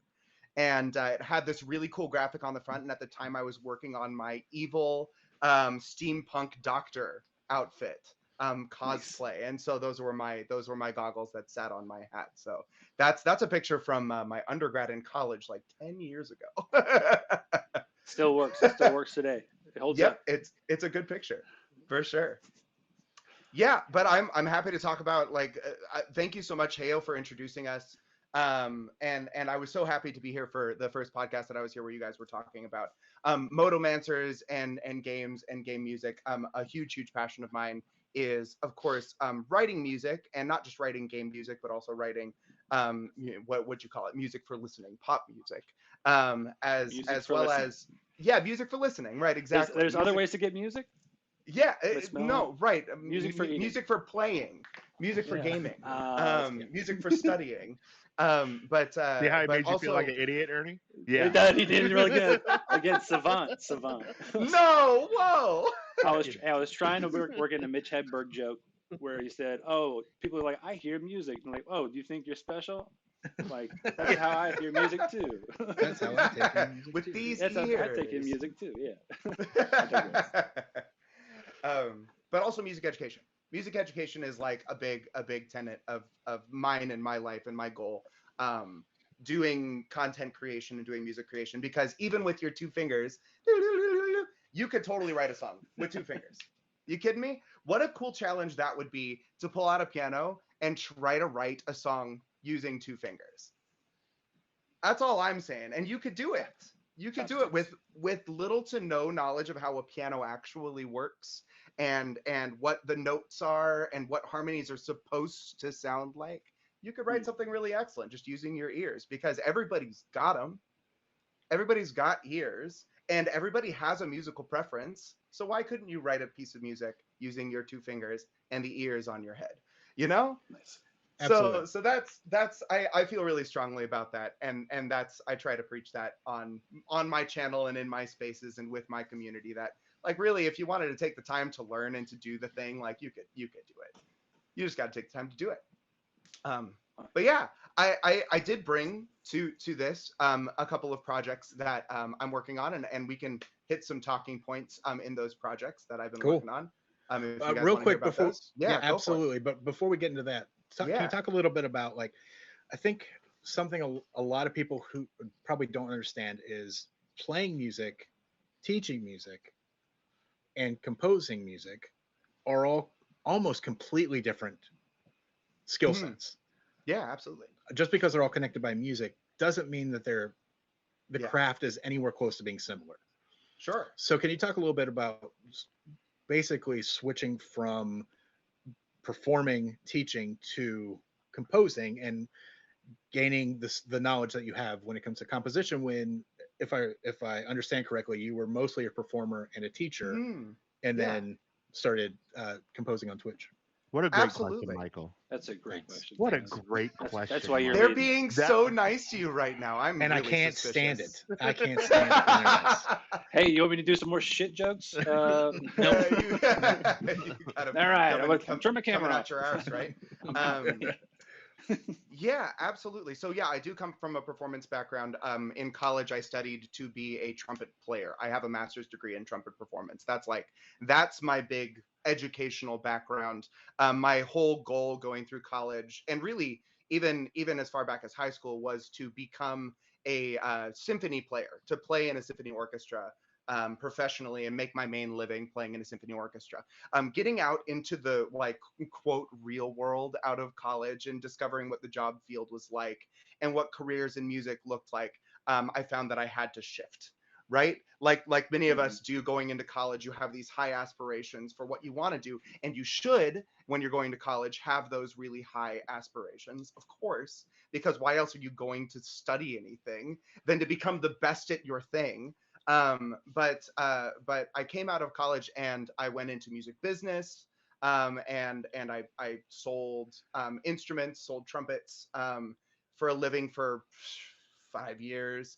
And then I finally caught a kind of a break coming back to California to do some performing. I won a job with a local symphony. I play principal trumpet, which is the first trumpet position, the top trumpet position in the symphony. So that's I've been no, just brag, please. I'm a trumpet player. Let's go. Yes, I am a trumpet player. I am in that orchestra, in that particular orchestra. I mean, people talk about downtown, like Compton, being like, Crips and music school, trumpet players, saxophone players, that they're all different gangs. Yeah, and they all have different personalities. Like, as a group, they have a different personality. Yeah, there are big stereotypes. Yeah, well, a lot of the times, so that's the big struggle with a lot of conservatories. Like, if we're going to get into that, the problem with a lot of music conservatories is that they're ultra competitive. Like everybody it's cutthroat. People are trying to take each other out. I didn't have a conservatory experience. I went to music school, like, which is different than conservatory. I went to music school where people were cooperative and building each other up and practicing together and looking forward to each other's success. It was a big molding moment for me in what could have been a more competitive field. But switching over a little bit, so I've always been a performer. That's always been a part of my personality ever since I was a kid, performing in choirs and being in front of people. That's come to me from a very young age. I also always knew that regardless of my performance career, there was going to come a time when I would want to teach and pass on what I knew. So I always took classes, and I always went to schools that were geared towards educators as well. So music education and sharing that love of music with younger folk and older folk and everyone in between has always been a big part of my life, because I feel like music is great to listen to, but really for its own sake, music is sort of lackluster. You know, you can write a piece of music and it can be really lovely to listen to and it can survive hundreds of years, and that's really great. But what is it doing? What is it doing to change people's lives? You know, what is it doing to lift people up other than in that moment going, I connect with this beautiful sonorous sound? Education, I feel like, is where you can connect with people, with real people, and help them change their lives for the better. And really improve their vocabulary and improve their understanding, and connect them more with this modern soundscape. And I think that it's really important. And you know, I've tried to start up and kick up podcasts to do just this as well, which have flopped, but maybe someday. I'll come back to you guys and I'll advertise that. Yeah, absolutely. We did we'll this let 5 years ago. We know. Yeah. Been there. You always start up projects, and then so hopefully something catches. Music is all around us all the time. It's in movies. It's in video games. It's at the shopping mall. It's in restaurants. There is always a track playing. I feel like you cannot travel anywhere in public without there being some level of background music. And I think that it's really important for us as listeners, as people who are active in those environments, to pay attention to that a little bit, to bring some of that in and go, oh, I remember this day in this mall listening to this song. Like, oh yeah, that's right, this song was playing when we saw your wedding dress for the first time. Or I remember that this song was playing on my way to my first child being born. Like that's the kind of richness that we can tap into because music is so ubiquitous, and having an education in music just helps deepen that richness.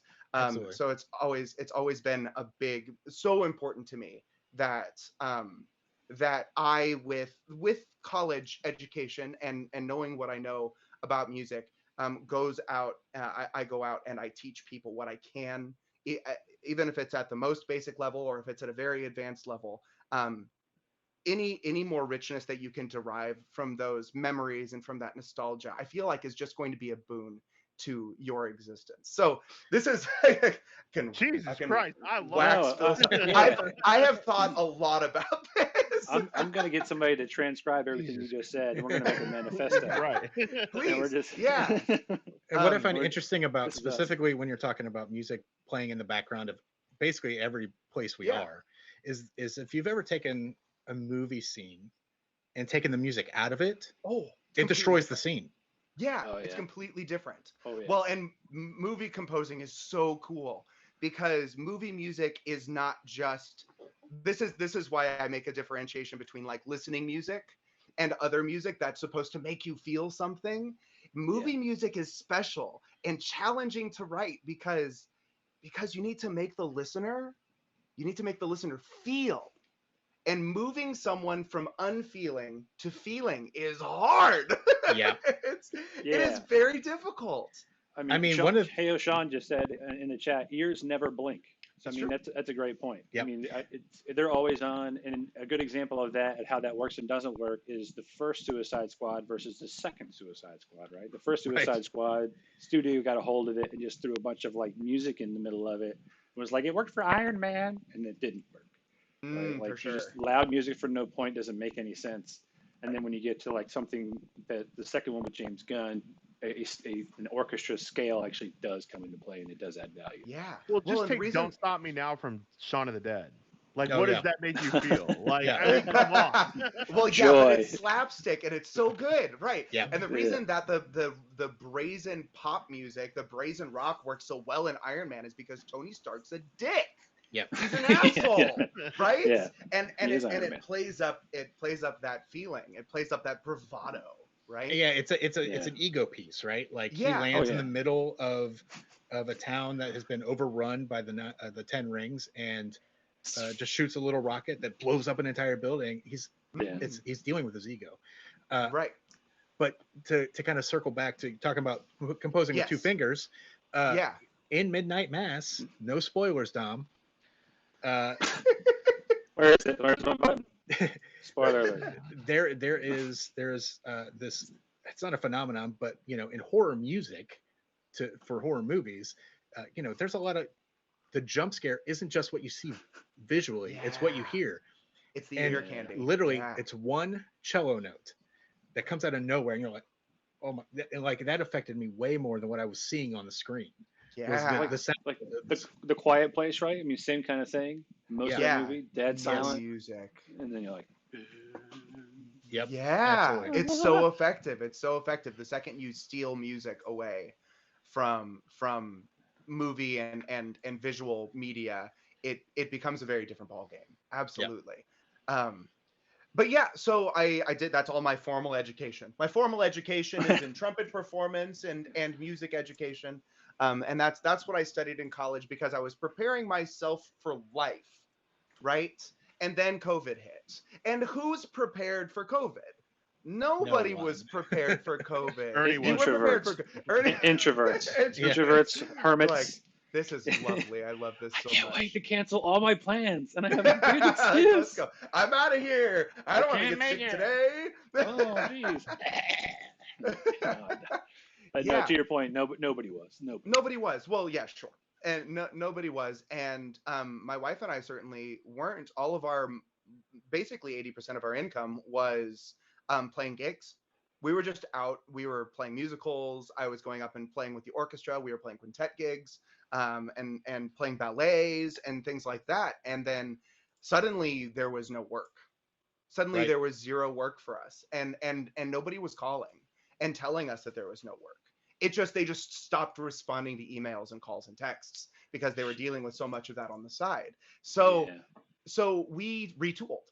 And that's the story of my compositional life, is that we retooled. My wife went into making resin crafts and working on art that she could sell on Etsy and now on her own website, madebykaylin.com. Shout out to your shirt. There you go. Shout out your shirt. Yes, the You shirt. said, Got you a shirt said. madebykaylin.com. If you want to have my face a whole bunch on your body, I that's do. $40. It's very, very soft. I'm so excited for like 2 episodes from now when we're all wearing that. Wearing the soup face shirt, please. Thank you, Griff. I appreciate you. There you Griffin go. Blade 77 is a moderator in my channel, and so he's got Yes, great got job, all of Griff. these links on demand. So while my wife was doing this, I switched over to doing Twitch full time because I had the time and I wasn't making any money anyways. So I might as well do this thing that wasn't making me money anyways and see if I could make some money doing it. And so I did Twitch and I was doing the entertainment thing for a while. And I had a bunch of friends tell me, like, what are you doing with music? What are you doing with music during COVID? What is your trumpet just collecting dust? Like, are you playing anything? Are you performing anywhere? And the answer to that question was really no, I wasn't. And things were collecting dust. And I was really depressed. And it was really, really bad. So I started to do fanfares in my channel. I started to record fanfares for my subscribers, which then turned into starting to do trumpet recitals on stream once a month. And that like brought the performance aspect back. And then just for fun, one day, I decided to ask the community. I said, community, wonderful people who watch this channel, could you bring me random sound clips from your house? Just go out with your phone, record something from your house, bring those recordings to me. We're going to turn it into a song. It's just going to be this silly thing. I called it a 3-hour songwriting challenge. And I took all of those in and I made a little 1.5-minute long song, and it was dorky and it was fun, and everybody was like, "You did what in 3 hours? Can you do that again next week?" And I was like, "Yeah, let's do it again next week. Sure. What should we do next week?" And it just started, right? And it just took off from there. I did dubstep, I did EDM, I did, like all of the easy electronic ones because those are the tools that I had. And then we did a song that was only trumpet sounds, and we did a song that was kitchen sounds, and we did a song that was like, and it just took off. And I was writing at least one track per week in 3 hours. And I was just slowly honing this skill of writing music really fast. Not necessarily well produced, not necessarily well balanced. Yoko Kanno, in the style of Yoko Kanno, I wrote a little trumpet piece that was based on Goodnight Julia. Based on that style. That's up on my SoundCloud, soundcloud.com/SoopurKul. Thank you. I did a J-Rock. I did a K-pop song, Strawberry Lemonade, out on Spotify. Can I describe what fanfares are? Yes. So for my subscribers on my Twitch channel. That's a great. I was gonna think like fanfares. I was thinking Ren fairs. I didn't know if they were the same. Yeah. I didn't know people dressed up and showed up, or yeah. So a fanfare is just, I mean, in kind of the trumpet nomenclature, it's just, da da dum dum dee. That's a fanfare, right? Oh, or fanfare. Dum da dum dum dee. Whatever. The song at the end of a Final Fantasy fight. Sure, yeah, exactly. Yeah. It's totally a fanfare. That is a victory fanfare. That's what I would call a victory fanfare. So what I did was I was just like, if you throw me a subscription, you get emotes, you get, whatever, you don't have to see ads, but then also you get a personalized fanfare. I'm going to record it on my trumpet. You tell me what style you want it in. It's 8 to 13 seconds or something like that. And when you come into my chat, you have a fanfare that you roll into. And so there are people that have, like, Hey Sean's fanfare is from Tank, right? I was gonna say, from Cowboy Bebop. Yep. Yeah. Griffin Blade 77's fanfare is the beginning of Rhapsody in Blue. Right?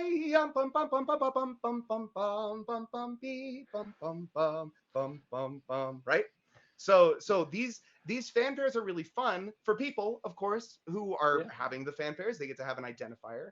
But it's also really fun for me because I get to go like, oh, I know exactly who just came into the chat. Like, Hey Sean just rolled in. I know that fanfare. Griffin Blade 77 just rolled in. I know that fanfare. And again, I'm feeling like Ren Fair again, where they announced Lord Baby and his Lady Margolium. Just rolled. That's so true. So true. Well, and who doesn't want to feel like royalty rolling in? We just talked about WWE wrestlers from the 90s. Yes. You can't tell me their fanfare when they show up. It's John Cena. Oh my. Oh, Dom's triggered. Yeah, right. Dom's triggered. I'm He sorry. hates John I hate Cena. John Cena. I'm You sorry. know why? Because he culturally appropriated this song from you? Oh, no. I mean, it's true. Well, he is now I Hispanic, didn't think right? about that for a second. Because of his Norwegian heritage and then also Hispanic heritage in the Fast and Furious movies. Yeah. Oh, he adopted it like family. But I've always been interested in that journey from Granger to Gourds and Chords. It's What? like, Okay, what is a Whoa, green? whoa, Thank don't you. use, don't Okay, use we're not all slang terms. music people. Percy Aldridge Granger is It's an my English favorite. composer, an English-American composer, who wrote really fun, folky kind of sounding works for wind band. Granger wrote a piece called Molly on the Shore, which just feels like an Irish jig. Just feels like light and dancing like an Irish jig.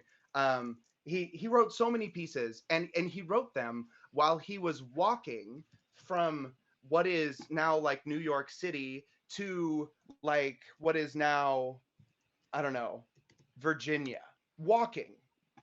He would just write these things while he was taking these long days, weeks-long walks. And they're just stellar. And that's Percy Aldridge Granger. He just didn't have like a dating life. He was just like that was Oh no, I actually don't know if he had. He may have been married. I'm not sure. I'm going out for a walk. His wife very much. Yeah, exactly. His wife was like, "See you in 2 months." It's good. Gourds and Chords is an album. Yeah, exactly. Gourds and Chords is an album that I came out with 2 weeks ago, which is a lo-fi album, so lo-fi tunes to study to. It's a lo-fi album that I wanted to make sound like fall, like autumn. And I sort of wanted to. So this is always my passion in composition, is telling a story or evoking a feeling or an image or something like that. There are lots of people who I think write music with lyrics, and they're trying to speak a message. And I think with my music, I'm trying to show a message, like something that you hear and you go, oh, that is undeniably a leaf falling from a tree. So Just something like a wafting gently dirge or down. like a funeral song would be more autumn feeling, like more your That's wintry to me. October is tomorrow, so spooky Um, season is upon us. Yeah, it's true. That's It's where my true. brain goes. Or But it's you like can twinkling tell. woodwinds is like winter and Christmas. Like, oh, it's so Yeah. bright and Yes. joyful and yeah. Absolutely. No, you're totally right. Yeah, when we think of winter, we think of high flutes and oboes and clarinets. When we think of spring, we think of sweeping strings, pulling long phrases. When we think of summer, we don't think of orchestral music. When we think of summer, we think of pop.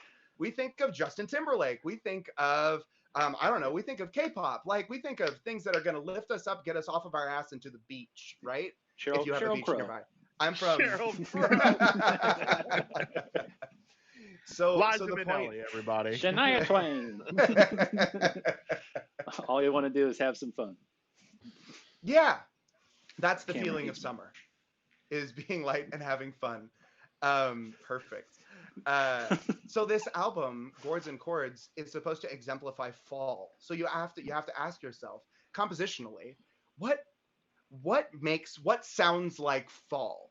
What sounds both cool, like temperature cool, but also warm enough that you're comfy to, go outside in shorts, but like you're wearing a sweater?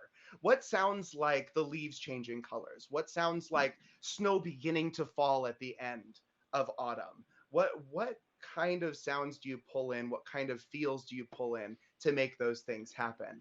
And I think that Gourds and Chords nails at least one time. There's I like at your least one limited song. biases there. Like, I know I got it somewhere in that whole thing. There is at least one song on Gourds and Chords that I think really exemplifies autumn well, and it's the very first song Thanks, Mike. on the album. Throwing it in the which chat. is- Yes. Bandcamp.com. There you go. Thank you. Which is Nice. just called Autumn Breeze. The first track is called Autumn Breeze. Track one slaps super hard, not just because I played on it. Yes, it's true. So I had a lot of help. Oh, there you go. I had a lot of help, which is fun. Griffin Blade Blade. 77. I know him in real life, IRL. He's a brisk gentleman, so that makes perfect sense. Shorts Yeah, and sweater, that's brisk for me. Lipton iced tea brisk. Ooh, Well, yes. well, I don't know if you've said the most like impressive thing about the album, which is you did it all in a week. Yes. Oh, yes. What? True. What I are you, just Kanye really like West? it. I just yeah. never left the studio, and I was on I shrooms the whole didn't. time. Oh my gosh, I didn't leave the studio that whole week. Yeah, I started on Sunday night during a 3-hour songwriting challenge. And just during stream, Tuesday, Wednesday, Thursday, I churned out 6 tracks total. Spent a little bit of time off stream just doing some mastering and some mixing stuff, which is always a little more granular, not as entertaining to watch per se, but is important. But yeah, I wrote it all in the span of 7 days, because realistically, like, I did write the bulk of it in 4 days, but I did production in between on every day, and making sure that everything sounds good. So yeah, I had a lot of help. Griffin Blade 77 played some drums on it, which were much needed, because MIDI drums just don't compare to real drums. I'm sorry. You can make a really solid MIDI drum and it still just doesn't compare to a real drummer. Hey Oshan played some cello on it. There's cello on the last track. That's Hey Oshan. It Cello. is so good. Turn to the side, and you got my half-ease bass. This way. That's true. And Andrew Composer, who's another wonderful composer, writer of video game music and pop music, came in with a little guitar on the first track. And the guitar part on the first track is just like, oh my God. It is so good. He was like, "Hey, can I lay down some guitar?" And I was like, "Here, what do you need? What do you need? Take this, take this 2 minutes of the demo. Here you go. It's in E minor. Like, what else do you want? Like, please write something and send it to me." And what he did was just so good. And it really, I made the joke on stream that night, but it was like a good rug. It really tied the room together. There you go. You Very weren't cool. even on Jeffrey at the time. No. Get him to the Greek. This ball feels so amazing. Oh my god. No, but I was sipping. What's the drink that the dude sips? Gosh, it's not coming to me. It's all good. So it kind of brings us. Go ahead. No, I was just going to say it kind of brings us full circle to you. You have some projects you want to kind of walk through a little bit? Yeah. So Gourds and Chords was one of the projects that I was going to talk about. Gourds and Chords, and I wanted to talk about Minstrel's Tales. Minstrel's Tales is a project that Griffin Blade 77 and I have been working on for the last year or so. We have 2 sets out so far, but basically what they are is it's video game assets.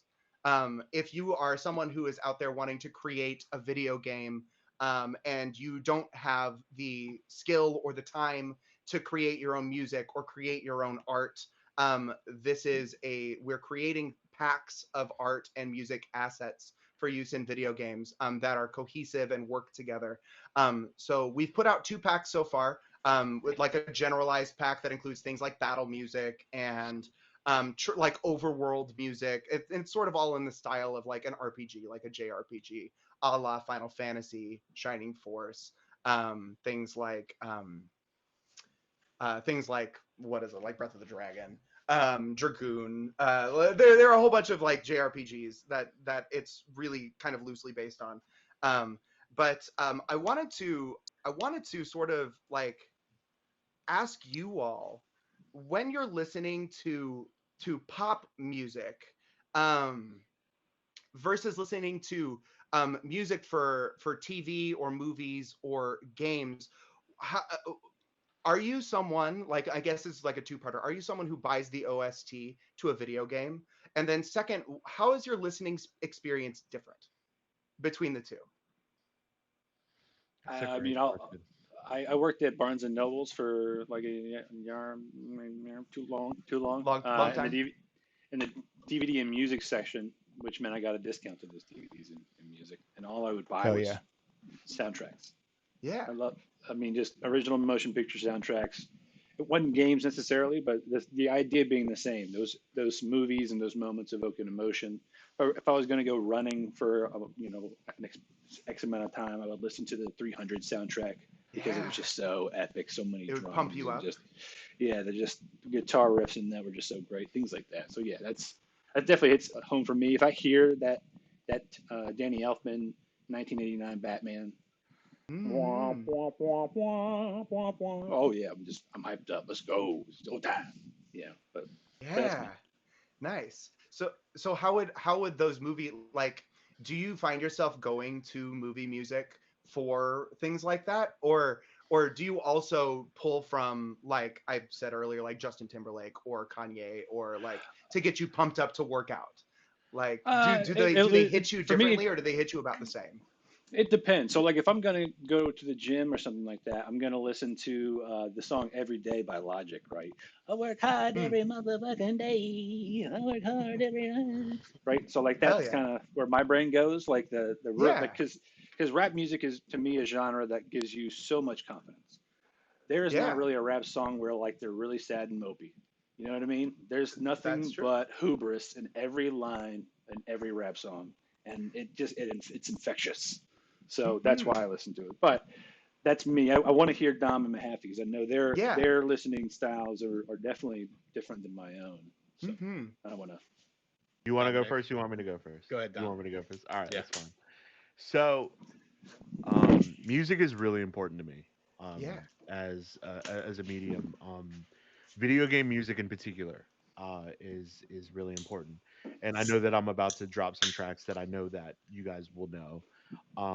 Things like One Winged Angel from Final Fantasy VII, Dearly Beloved from Kingdom Hearts, to Xanark Hand from Final Fantasy X. All of those evoke different kind of emotions and times in my life. Mm-hmm. So I find myself listening to a lot of those, especially when I'm working, whether I'm like doing coding or like I'm not in a meeting. I know that most of my work is mostly meeting based and project management and all of that. But whenever I'm not doing that, I listen to a lot of video game music. And I also listen to a lot of remixed video game music. I don't know if you've ever heard of Game Chops. Ooh, They no. did so Game Chops did like trip hop versions of Pokemon music and Legend of Zelda music. They have this really great version of Garuda Valley that I adore that I just put on repeat. Oh, But hell yeah. I'm also a huge hip hop head, and I'm also like, I mean, I grew up. My mom is a huge Wu Tang Clan fan. I'm a huge Wu Tang Clan fan. We have matching tattoos of Hell the Wu yeah. Tang Let's Clan. go.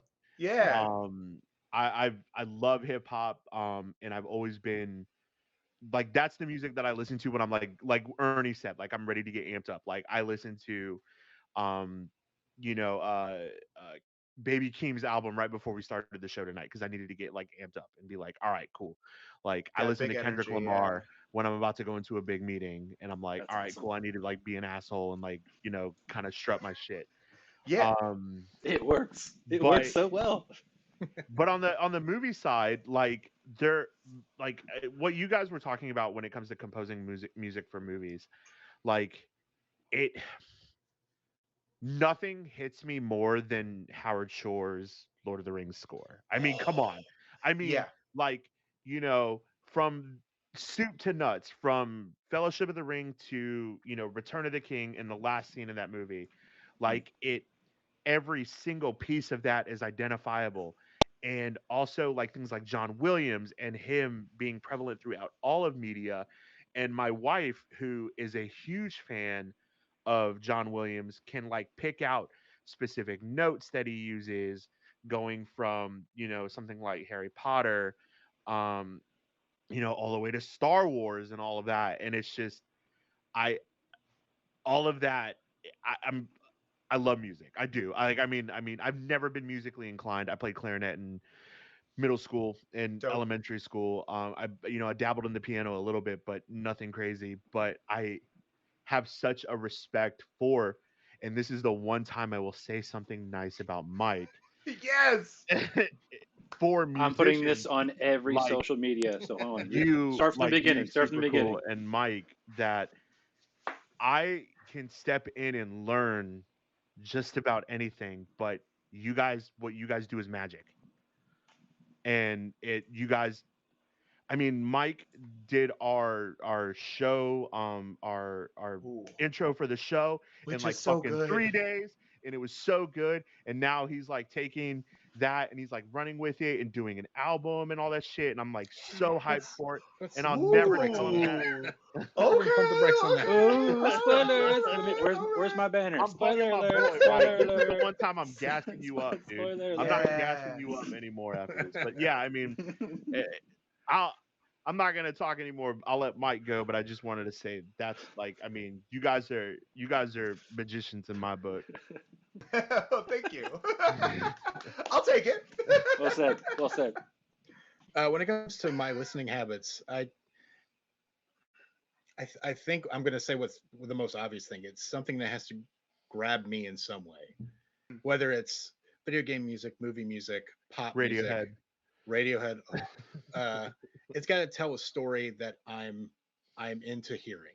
Yeah. Um, for instance, the Trent Reznor, Atticus Ross kind of stuff that they put out, that kind of like atmospheric, electronic, to me, that you know, up until Social Network or whatever the first movie they did the soundtrack for, we got a lot of John Williams and Howard Oh Shore yeah. and Danny Elfman type of orchestral score, and then they come out of the gate doing this weird, dark, atmospheric, electronic Yeah. stuff. Big synthy. Yeah. Yeah, conveying a completely different feeling on a movie about Facebook, a silly movie that made it completely dark. Yeah. I So mean, good. to me, the darkest one of the darkest scenes that I know of is when he's talking about like, are you paying attention? And he's like, I'm giving you the minimum amount of attention I can possibly give you, like that whole spiel.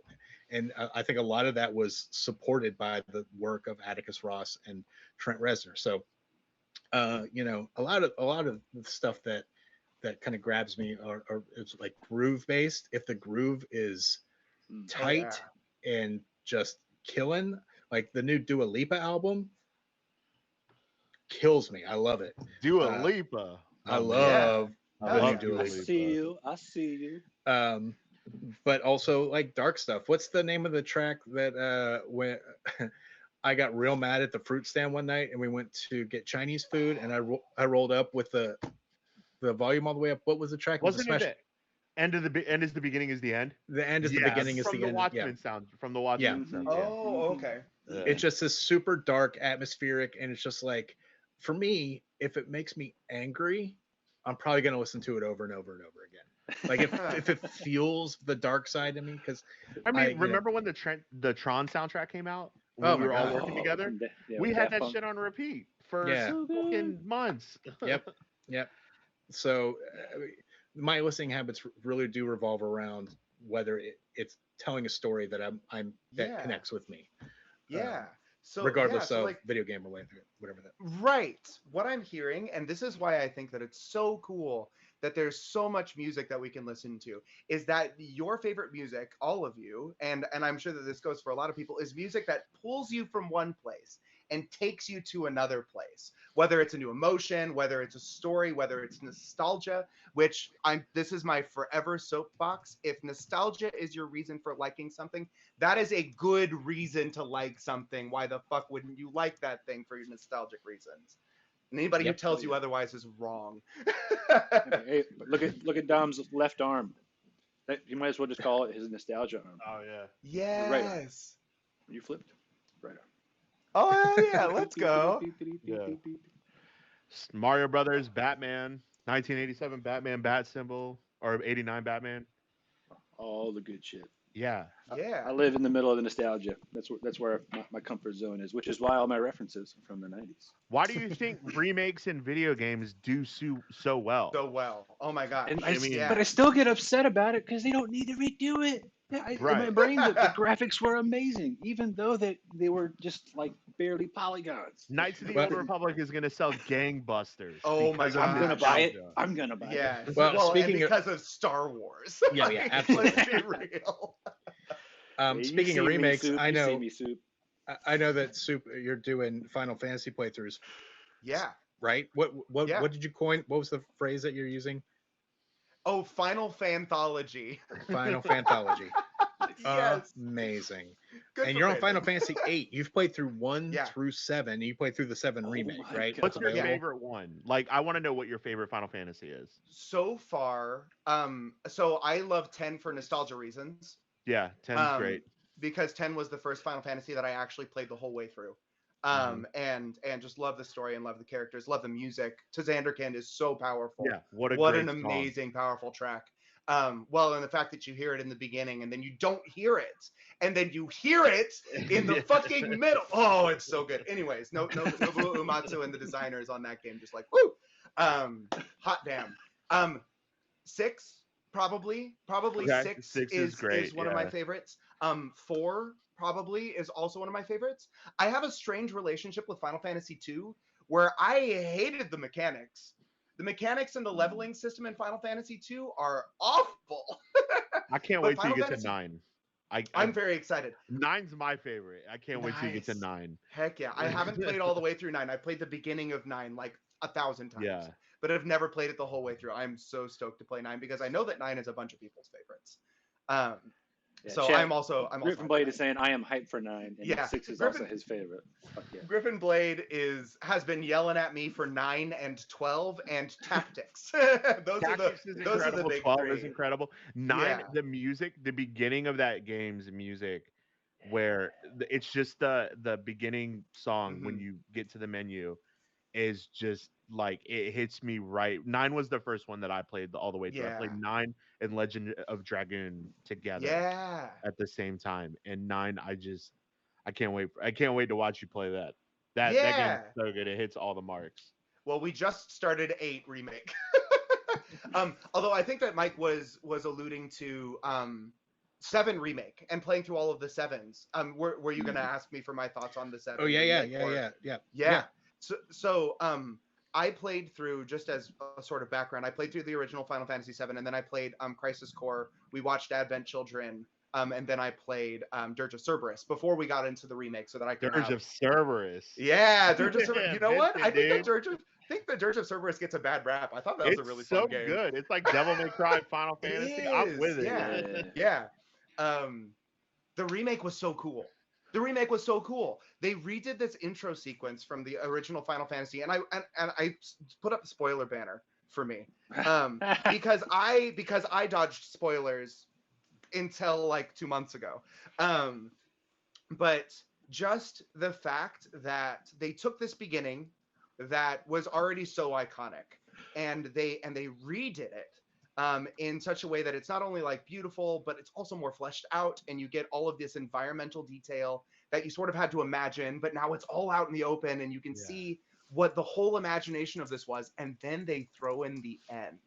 And it's just like, oh, I'm gonna get to play a new game with these characters. Let's go. I'm stoked. And I know a lot of people are probably gonna harp on it because they want Final Fantasy VII, but really beautiful. And that's fine. You're allowed to want Final Fantasy VII, but really beautiful. But like, let the developers do a cool thing. Yeah. I want to see the new cool thing, and I'm a sucker for that. So, I didn't play, what was it, Intergrade? I didn't play that because I played it on PS4. What'd you think of Advent Children? Advent Children was pretty dope, wasn't it? I've watched Advent Children a bunch of times. Yeah, So it's like what a wonderful piece movie. of media. Yeah, oh my gosh, so good. Nomura just lied to us. That's all. I want to see what they do with it. Oh, sure. So Nomura was painting it as a direct 1-to-1 remake.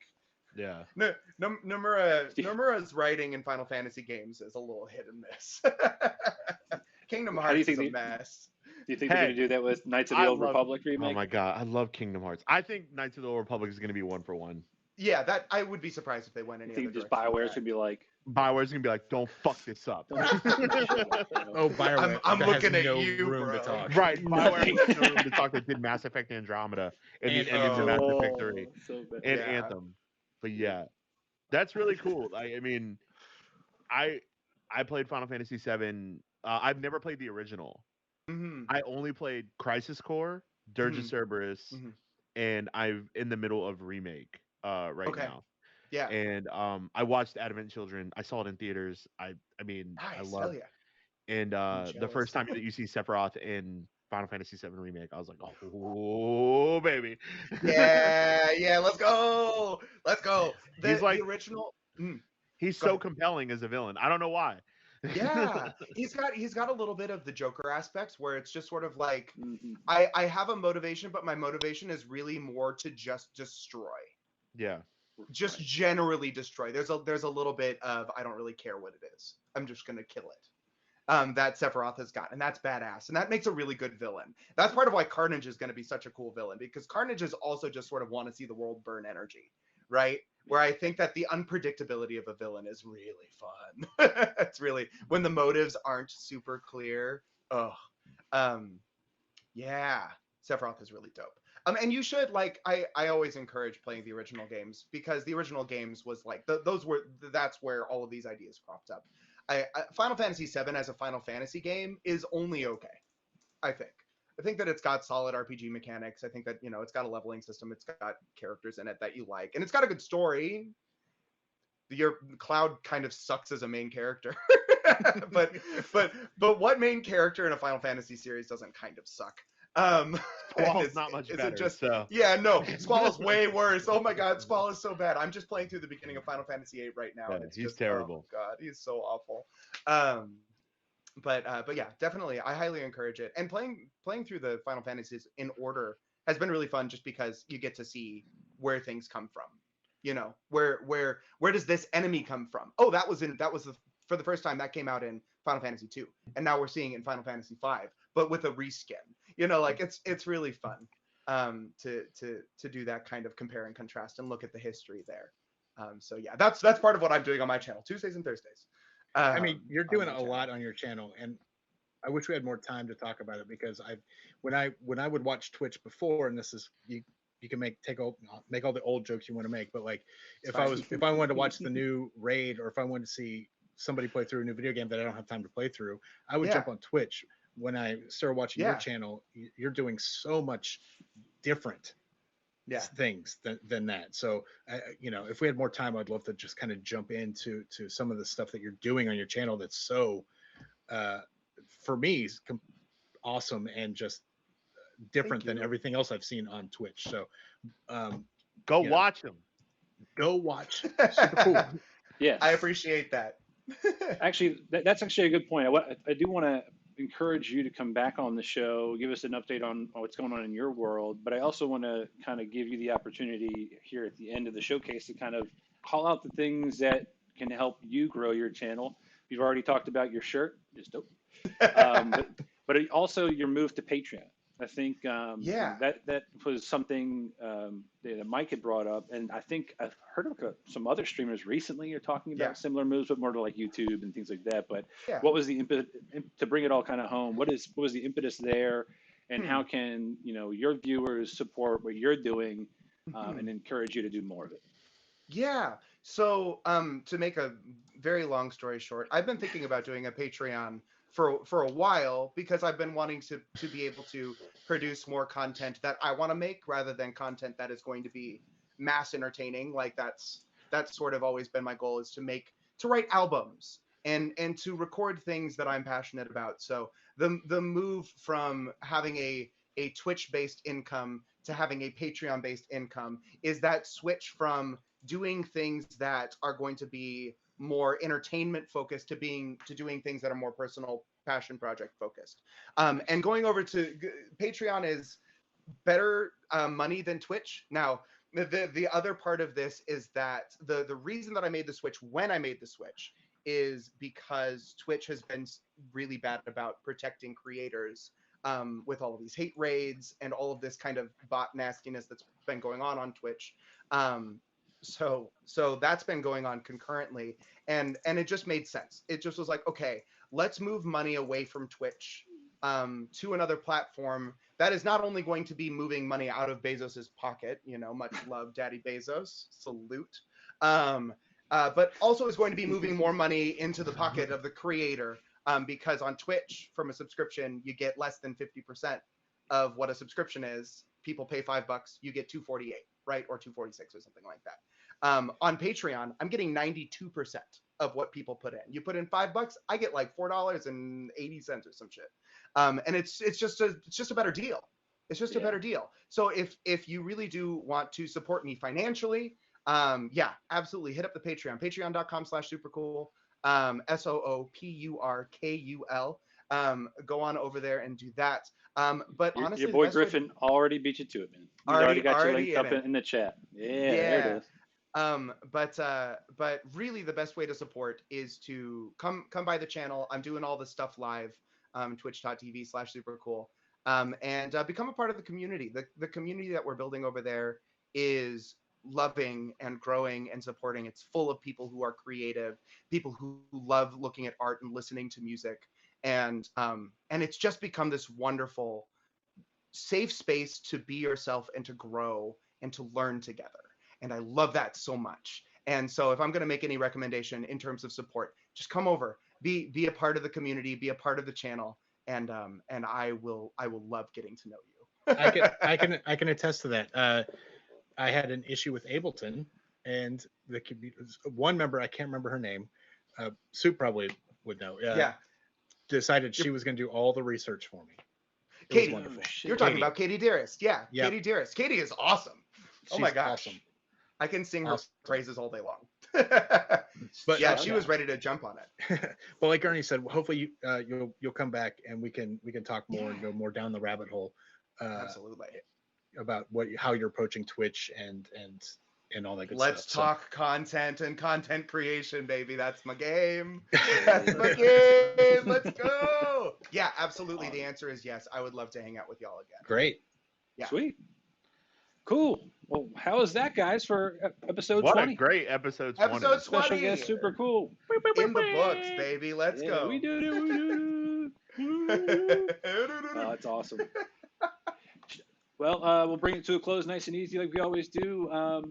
Check us out, joystickmaverick.com. We're on YouTube. We're on Twitch under Joystick Maverick. We're on Instagram, Facebook, Joystick Maverick, except for Twitter, where we're Joystick Mav, because for some reason, Twitter doesn't like long names. Screw you. Screw you, Twitter. But I am Ernie Hawkins, at ErnieUXD on social. I'll be bopping around, always the same name everywhere I go. I've snagged it. It's mine. It's mine. So if you see it, it's me. I'm Dominic Irvin, aka Hemophilia. And real quick, I just want to say what hemophilia is. It's a play on the word hemophilia, which is a blood disorder that I have. So that's why it's nothing else but that. Hemophilia. I like that. My buddy Mock T, who is a doctor, told me to take that name on PSN, and I did. So, hemophilia. Do you like the name, or do you like that he suffers from that blood disorder? I like the name. Because I'm up in the air. I'm up in the air about which one I like. I just said the nicest thing about you on the air. I'm sorry. It does not. It does not wipe away On all the the air. ageism from the last 2 weeks. I just love that you held out the word suffers and then paused for the rest of your sentence. He suffers. Mike, where can we find you? Oh, Mike, whatever. It sounds like he's being sarcastic. But No, but it's true. Mike, whatever. Twitter, Twitch, all that good stuff. There's an underscore in there somewhere. Mike underscore. Yeah, sir. Yeah, you're probably right. Don't even know my own Twitter handle. Got it. Never find him. Yeah, You you're need old. Twitter. He's off the grid. Awesome. And then super cool. Yeah, Super my cool name everywhere. is. Yeah, my name is Devin Henderson. You'll find me on Spotify under Devin Henderson, Devin. And then, yeah, I'm super cool everywhere at SoopurKul, SoopurKul. I must spell it correctly. I'm so mad. I spelled that right every single place except for the flippin' name tag that's been on the stream the whole time. But you know what? I'll get it right next time. No, I got a capital K in there spell. too. I went through everything. We had like 19 assets before every episode, and I was like, capital K. It's a 2 U's, no E, no E. Yeah, I nailed it. I effing nailed it. All right. Well, that brings it to a close. Episode 20 in the bag. Thank you for joining us, Super Cool. You are super cool. Of course. This has been super fun. Thank you, guys. Yeah. Thanks, guys. Thank you. Peace.